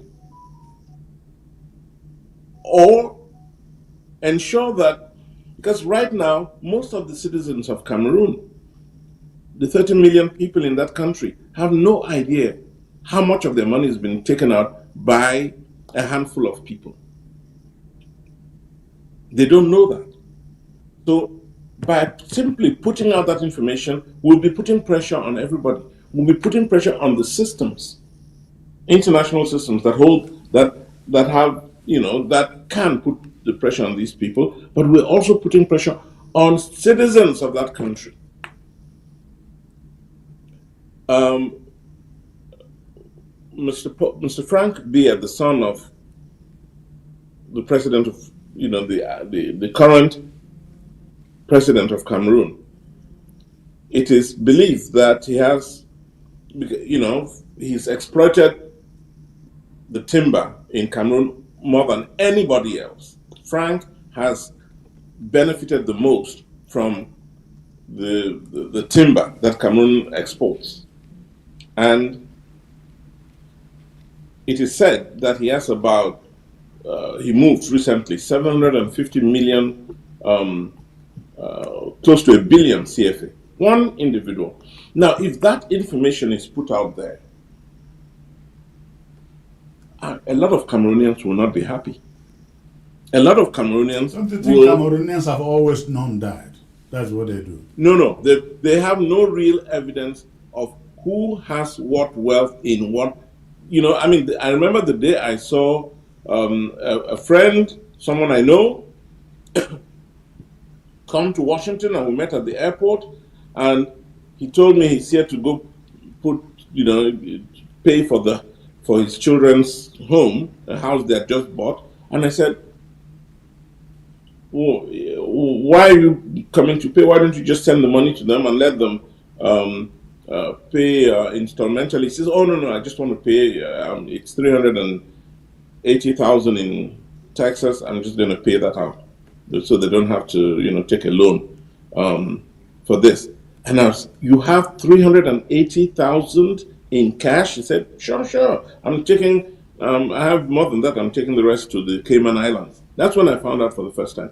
And he actually, because I took him to his hotel, he actually opened, and for the first time I saw, dollars in amounts I have never seen in my life. And I said, how? He said, oh, no. This is small, This is not, I'm a small fish in this ocean of, there are people who take 10 times this amount. I said, why the Cayman Islands? I had never known prior to that incident, that the Cayman Islands was one of the offshore. Yeah, it's a big deal. Yes, but this was about 15 years ago. He said, oh, no, we're all in the Cayman Islands, so many of them, and they take it in cash. Now, if we have evidence of this, and now we're compiling that evidence, when we put out that information, how much Ngongo has in his accounts abroad, how much the ministers, and many of them are friends of mine, how much money they have in their foreign accounts. When that information, and we're in the process of collecting it, when that information is put out, the pressure will not only be on those countries, the pressure will be on Cameroonian citizens.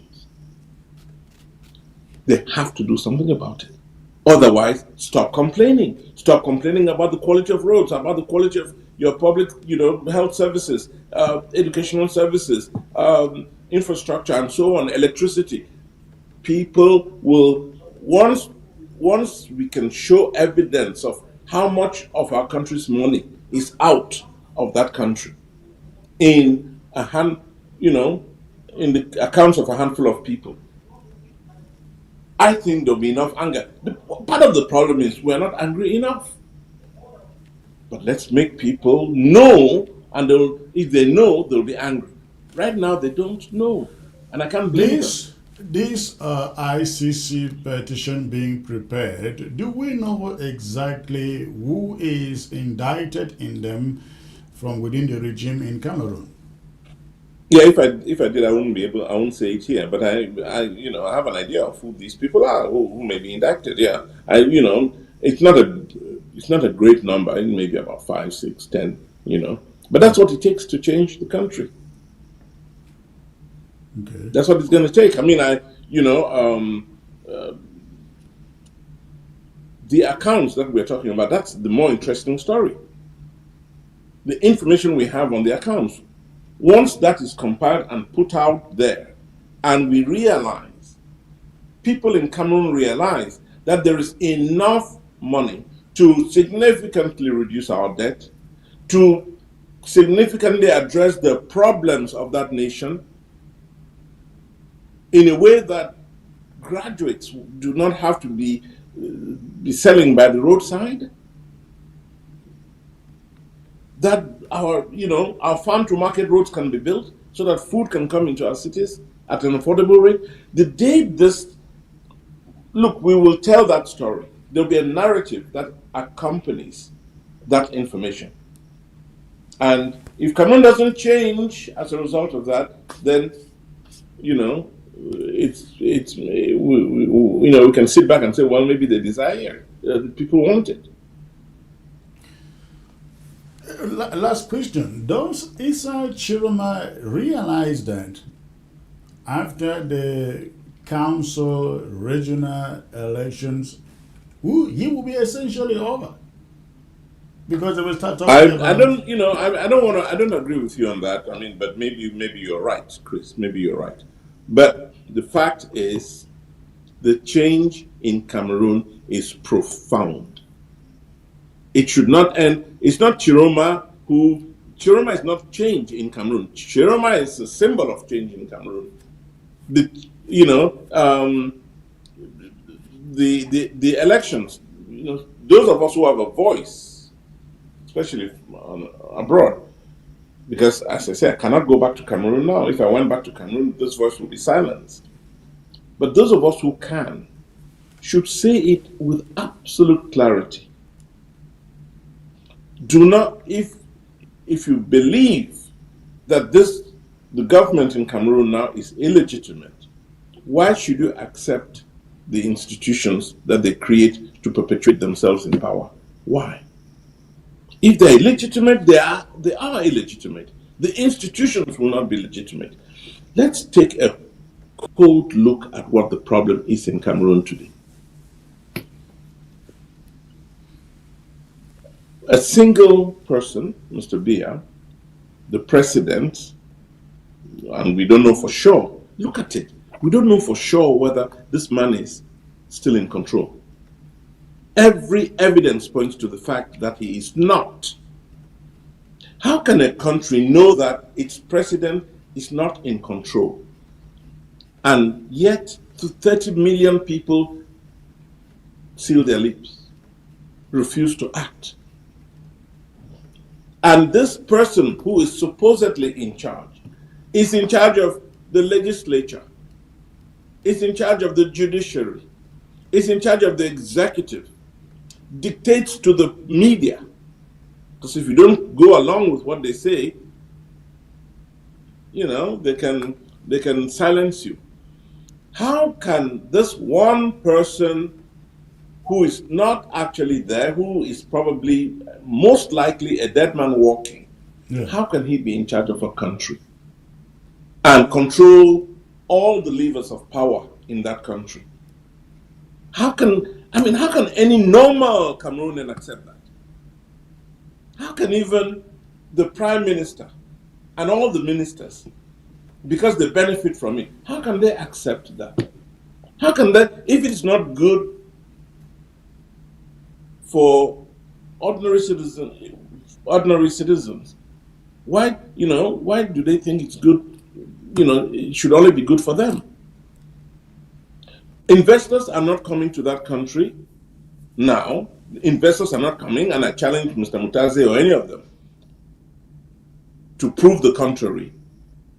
Real investors are not coming to Cameroon because they don't trust our judicial system. They have no confidence. Contracts, the few who come are those who are coming to bribe. Think about it. They're only coming in the mining sector for the most part. They can come and, in exchange for a few dollars, have access to the natural wealth that God gave us. Those are the only investors coming to Cameroon. Nobody is coming to open a factory in Cameroon. Nobody is coming to help in the transformation of our agricultural produce. None of that. Nobody is coming to even provide infrastructure in exchange for example, build roads and build toll gates so that they can recuperate their money. Nobody's coming to do that because they don't trust our systems. So we destroy our whatever opportunities we could have to grow, like the countries around us are growing. I was in Abuja lately. I was in Abidjan, in Dakar lately, and I could see how much has changed in all of those places in under 5 years. Why are Cameroonians refusing to give them that kind of opportunity to grow? Look at airports, African airports. They're all growing. Go see the airport in Addis Ababa. See the airport in Benin, in Cotonou. See the airport in Abidjan. See the airport in Jomanje in Dakar. All of these airports are growing. People are coming to these countries. They're not Hold the coming line to there. Cameroon. Hold it there, Eric. Let's get to this caller. Hello. Hi, Secretary Chris. I don't know if you can hear me. I can hear you, sir. Where are you calling from? This is Professor Elvis, and I'm calling from the University of Buffalo in New York. Calling from the University of Buffalo in New York. Okay, and what is on your mind, sir? Yeah, I'm following the developing stories in Cameroon and also around the world that you guys have been talking around. You guys have been talking for quite a while now, Right. and I just want to make a few key points. And I'm also happy to be on the phone with Eric Chinji, who is a renowned voice in Cameroon and around the world, and I'm happy to have him on the show. First of all, I believe the people of Cameroon and Southern Cameroonians in particular, they have a threat. And whenever there is a threat, that's the only time the people are united together in spirit and they can actually fight together. And I can quote examples like, for example, we all know the United States, they always come together and stand as a nation whenever there's a threat, either from Russia, from China, and anywhere else in the world. And we've seen what is happening in Israel. Whenever there's a threat, like we've seen what is going on in Palestine, the Israelites, they're always standing strong together. And this phenomena, it's always the case in most countries around the world. And I'm afraid it's like we acting so fast. The BR regime is a regime that has been implanted for almost 4 years now. And the way I'm looking at it, most Cameroonians and most analysts who come to your show, it's surprising how fast they want this thing to play out. I believe, and my first question goes to Eric, it's going to be, don't you guys think it's a move that you're taking too fast? And in so doing, When you say too fast, what do you mean by that? It's always dangerous how we want a threat that has been there for almost 4 years to disappear within a short period of time. Okay. From when the elections took place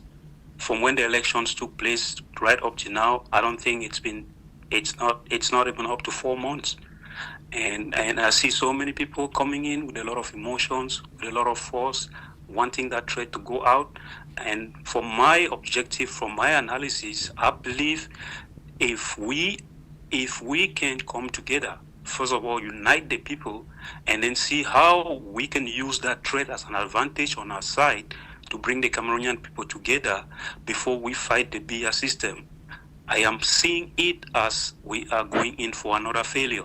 So let me ask, if I may ask you, don't you think that election was supposed to be the catalyst that unite these Cameroonian people together? Yeah, it is just one of it. Remember, that system has been in place for the past 40 years, and we've had a couple of elections. And the mistake from the past, if we keep repeating it right up to this point, I don't think we're going to have a breakthrough. So this analysis I'm giving right now, these are analysis that we have done since 2016 with the Anglophone crisis, and we believe it is only going to work if we don't come together and then think about the threat, make sure the threat is in place so we can unite the people. The faster we want this threat to go away, the less united the Cameroonian people are going to be. So I believe my advice to the Chiruma organization, to the Chiruma group right now is think twice and make sure you don't push the threat to disappear as soon as possible. Because if that threat disappears as soon as possible, it will be difficult to unite the Cameroonian people one more time and the Anglophones. So I just want to pose this question to Eric. Don't you think wanting this threat to go away as soon as possible is going to bring disunity within the Cameroonian people, as we have observed around the world? Let me ask you, before Eric comes in there, but let me ask you, don't you realize that if some urgency is not put to this case, and BIA goes ahead, organize regional and council elections, as they call it, don't you think Issa Chiroma's movement becomes irrelevant once that election takes place? Everybody moves on. Okay, I believe you're still acting on the fact that you want the threat to disappear as soon as possible, and that action should be taken as soon as possible. But don't forget, Aristotle once said, at times we should be careful how we do want a threat to disappear, because it is that threat that brings the people together.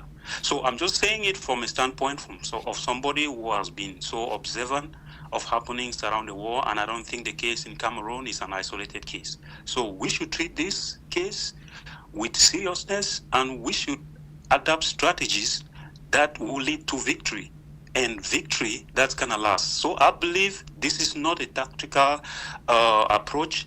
I believe this case should be handled with a strategic approach, and the strategic approach is not right now to look at the wins. The strategic approach right now is to weaken the Cameroonian government and unite the Cameroonian people. I think that's what is essential right now. I think that's what Eric has been saying, and the rest of the team have been saying.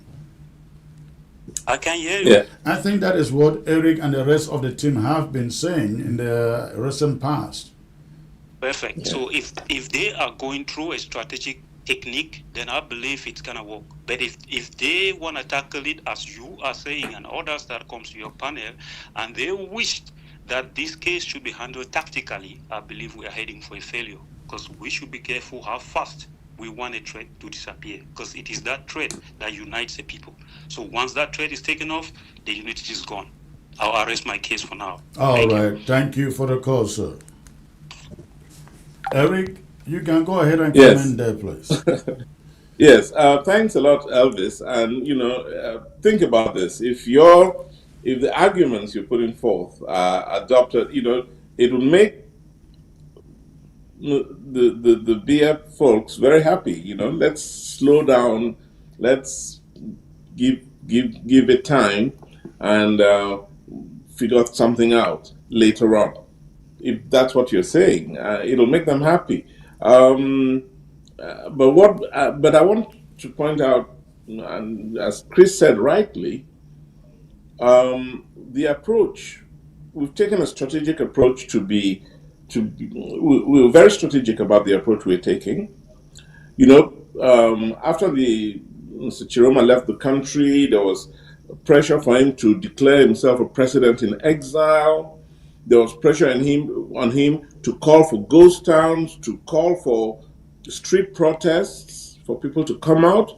There was there was a lot of pressure for him to take some spectacular action that would galvanize the people. He's not done that. He's been working diligently to bring the international community along, to bring the Cameroonians of the diaspora along, to bring to tie up loose ends with regard to how to the strategy we are adopting. to make sure, for example, that the kinds of resources that are available to this government, there's stricter control of those resources, so that time becomes a critical element in the battle we're fighting. Time becomes a factor, which is exactly what you're saying. We cannot, we can't rush into this. We can't find, answers to this crisis overnight. We've, Mr. Chiroma has adopted a strategy that factors the time element, that makes it possible for us to deliver on some aspects of the strategy, without necessarily sacrificing or making it difficult for time to be on our side in this regard. So Elvis may be right that we should not take a short-term approach to this. We should not seek an as soon as possible approach to change in Cameroon. No, we're doing it a step at a time.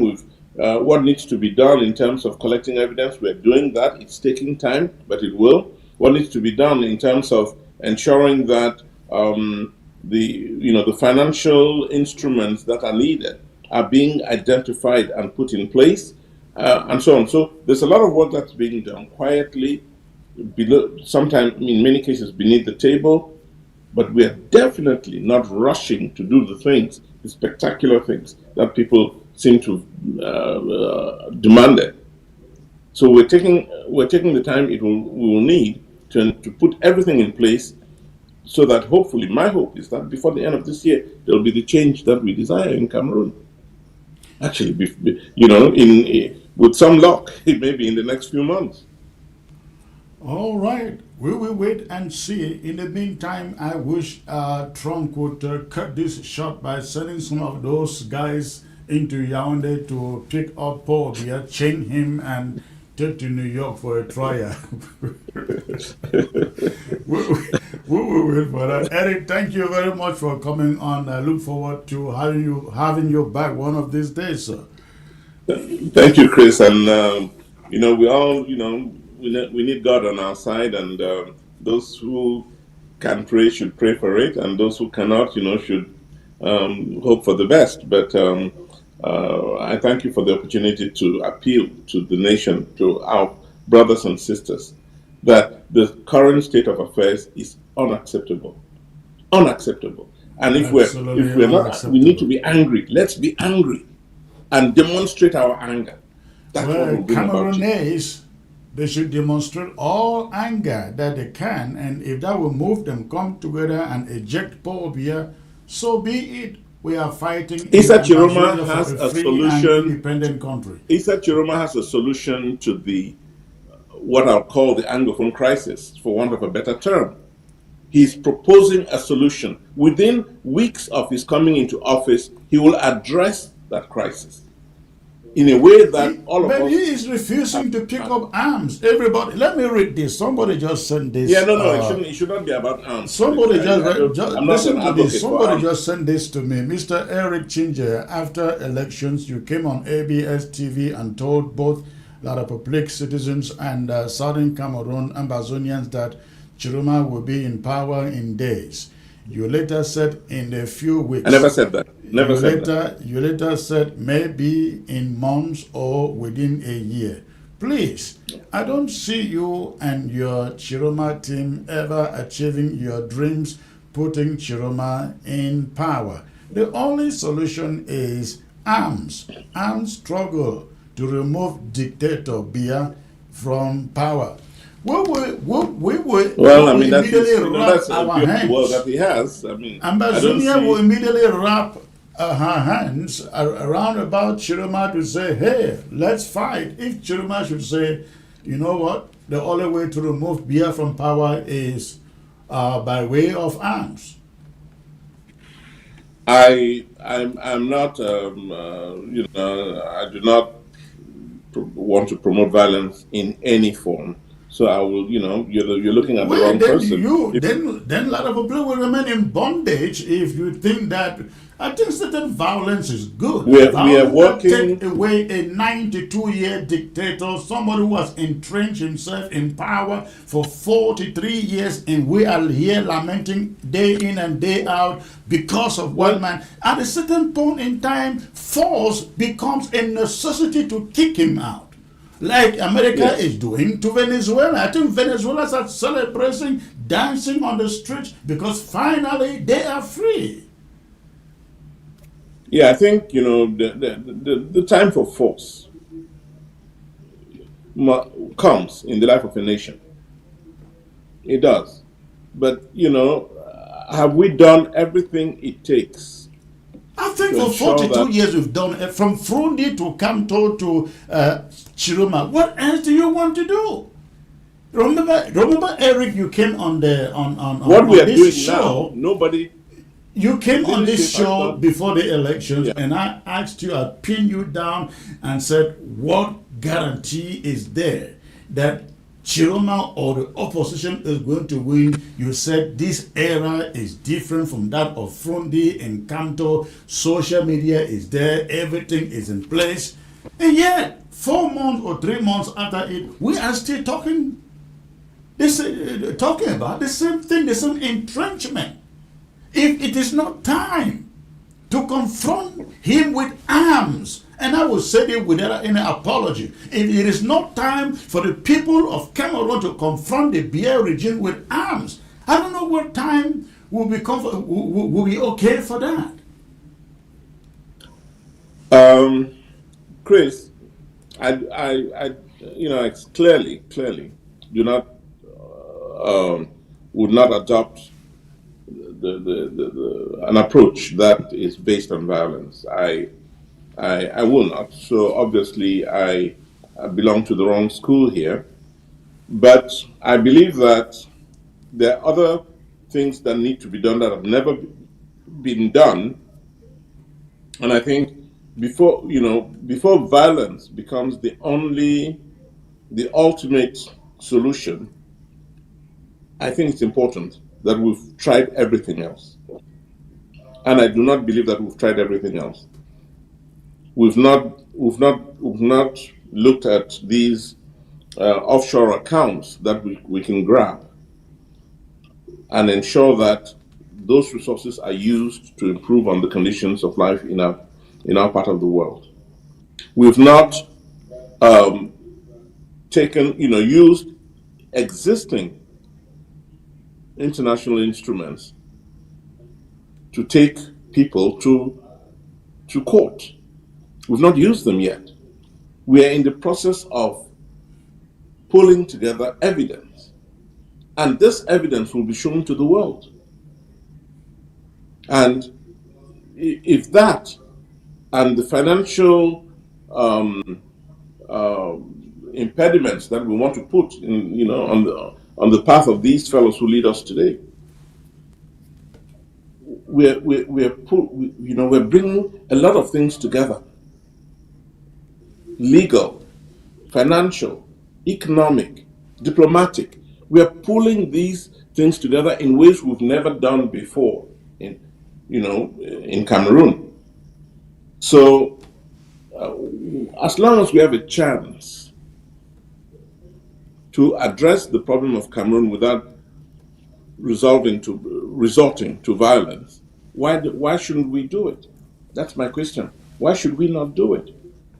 As long as we have the possibility of imposing regime change based on all of these elements that I've put out, the diplomatic, the economic, the financial, the legal, as long as we have a chance to pull these things together, why aren't we doing it? And the truth is, we are.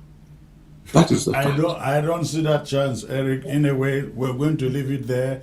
At this moment, I really think that if anything can take out beer from Cameroon, it is Chris, let me just, I don't want to leave it where you want to take it. I was in Paris a couple of weeks ago. We had a major we had we had a major conference where a lot of this evidence, and we've not even pulled all of it, a lot of it was put out to to international media. And it's only then you heard the European Union literally blacklist Cameroon after that. You heard the World Bank. These guys are all Listen, hypocrites. Chris. The European Union, the AU, the Yes. United Nations. Well, these are all hypocrites. Even the so-called ICC. Which precedent did you hear the ICC take off You're power? right. You may be right, but action is being taken that has never been taken before. And as long as we have a chance of allowing such action to bring about the outcomes we desire, why shouldn't we use the chance and avoid having more Cameroonians killed through violence? Why? That's my question. All right. Okay. We will leave it there. Thank you for coming on. I hold very firmly to the idea. I think it was Montesquieu or Jean-Jacques Rousseau who said, governments are meant to serve the people, and at any time when that government stops serving the people have the right and the power to overthrow it by any means. That is my... Tell them. No, by any means, I don't know, but tell the Cameroonian people. Okay. You have a great night, so it was great having you. It was great having you. Thank you. Thank you, Chris. Thank you. All right. Okay. Ladies and gentlemen, thank you for tuning in. Before I go, I have some good news here. I am putting out a book. The book will be published on Amazon and bookshops everywhere. And again, the title of the book is The Hypocrisy of the West. The Hypocrisy of the West is the title of the book.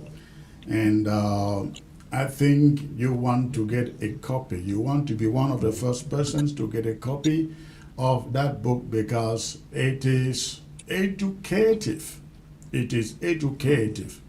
I will talk about it more some other time. Let me take this caller before I call it a night.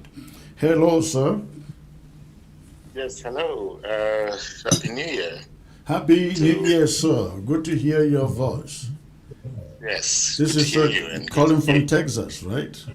Yes, absolutely. All right. Well, I think this is quite interesting what's going on. I was hoping that by now Eric would have softened on some of his stands. You know, we've had this, I think for 40 years, for more than 40 years now, we've done everything diplomatically. When I hear Eric says, we haven't tried approaches like, assessing Cameroon's foreign assets. Mm-hmm. It begs the question, and bringing foreign. Also, he also said about reaching out to foreign governments. This is first of all not a situation where this is a situation that we have to act before foreign governments or the international community can look into the situation. We can't just sit here and fold our arms and expecting the international community. By the way, who is this international community we're referring to? If you look, who is at the helm? Let's face it, the French are in the middle of all this crisis. Yeah. They are the international. It begins with African Union. They are in control. African Union is not really controlled by Africans. The French have a big say in what goes on in that in the African Union. If you want to take it to the international court again, you want to take it to the World Court again, you're going to have to pass through the French. And so this is an issue that we have to look inward. We have to look inward. He was talking about ways of blocking Cameroon's assets abroad, and I'm trying to look at reality here. I'm trying to look at how realistic is that? You know, Yeah. when I mean, initially he said something which I was leaning to what he said when he said 30 million Cameroonians shut their mouth. Yes, that was the right. That's appalling, because what happened in Cameroon is now going to happen in Nigeria or Ghana, where one man, and like he quite rightly described, a dead man walking, one man is in control for all this length of time and nothing happens. Why is Cameroon so different? You know, why is Cameroon so unique? Because this is, apart from, if you look at other, I mean, well, there are other countries like Equatorial Guinea and Uganda, you know, but again, it is to keep talking about diplomacy. I believe at this moment we can use every means necessary, including every means. Yeah. So I mean, I like for Eric to, you know, I think he should soften on. I mean, we should. That's my point I was trying to make. All right, thank you. Eric is off the set, but thank you for the contribution. All right, thank you. All right. Okay, ladies and gentlemen, we will call it here tonight. Again, expect my book, which is being published in a few days, titled The Hypocrisy of the West. The Hypocrisy of the West. Once the copies are live, in a matter of days, or maybe a week, I will let you know you want to get it. All right? I look forward to coming back here tomorrow with a powerful panel that will discuss the intricacies of what happened in Venezuela and relating that to La République du Cameroon. All right, so I look forward to seeing you tomorrow. Good night.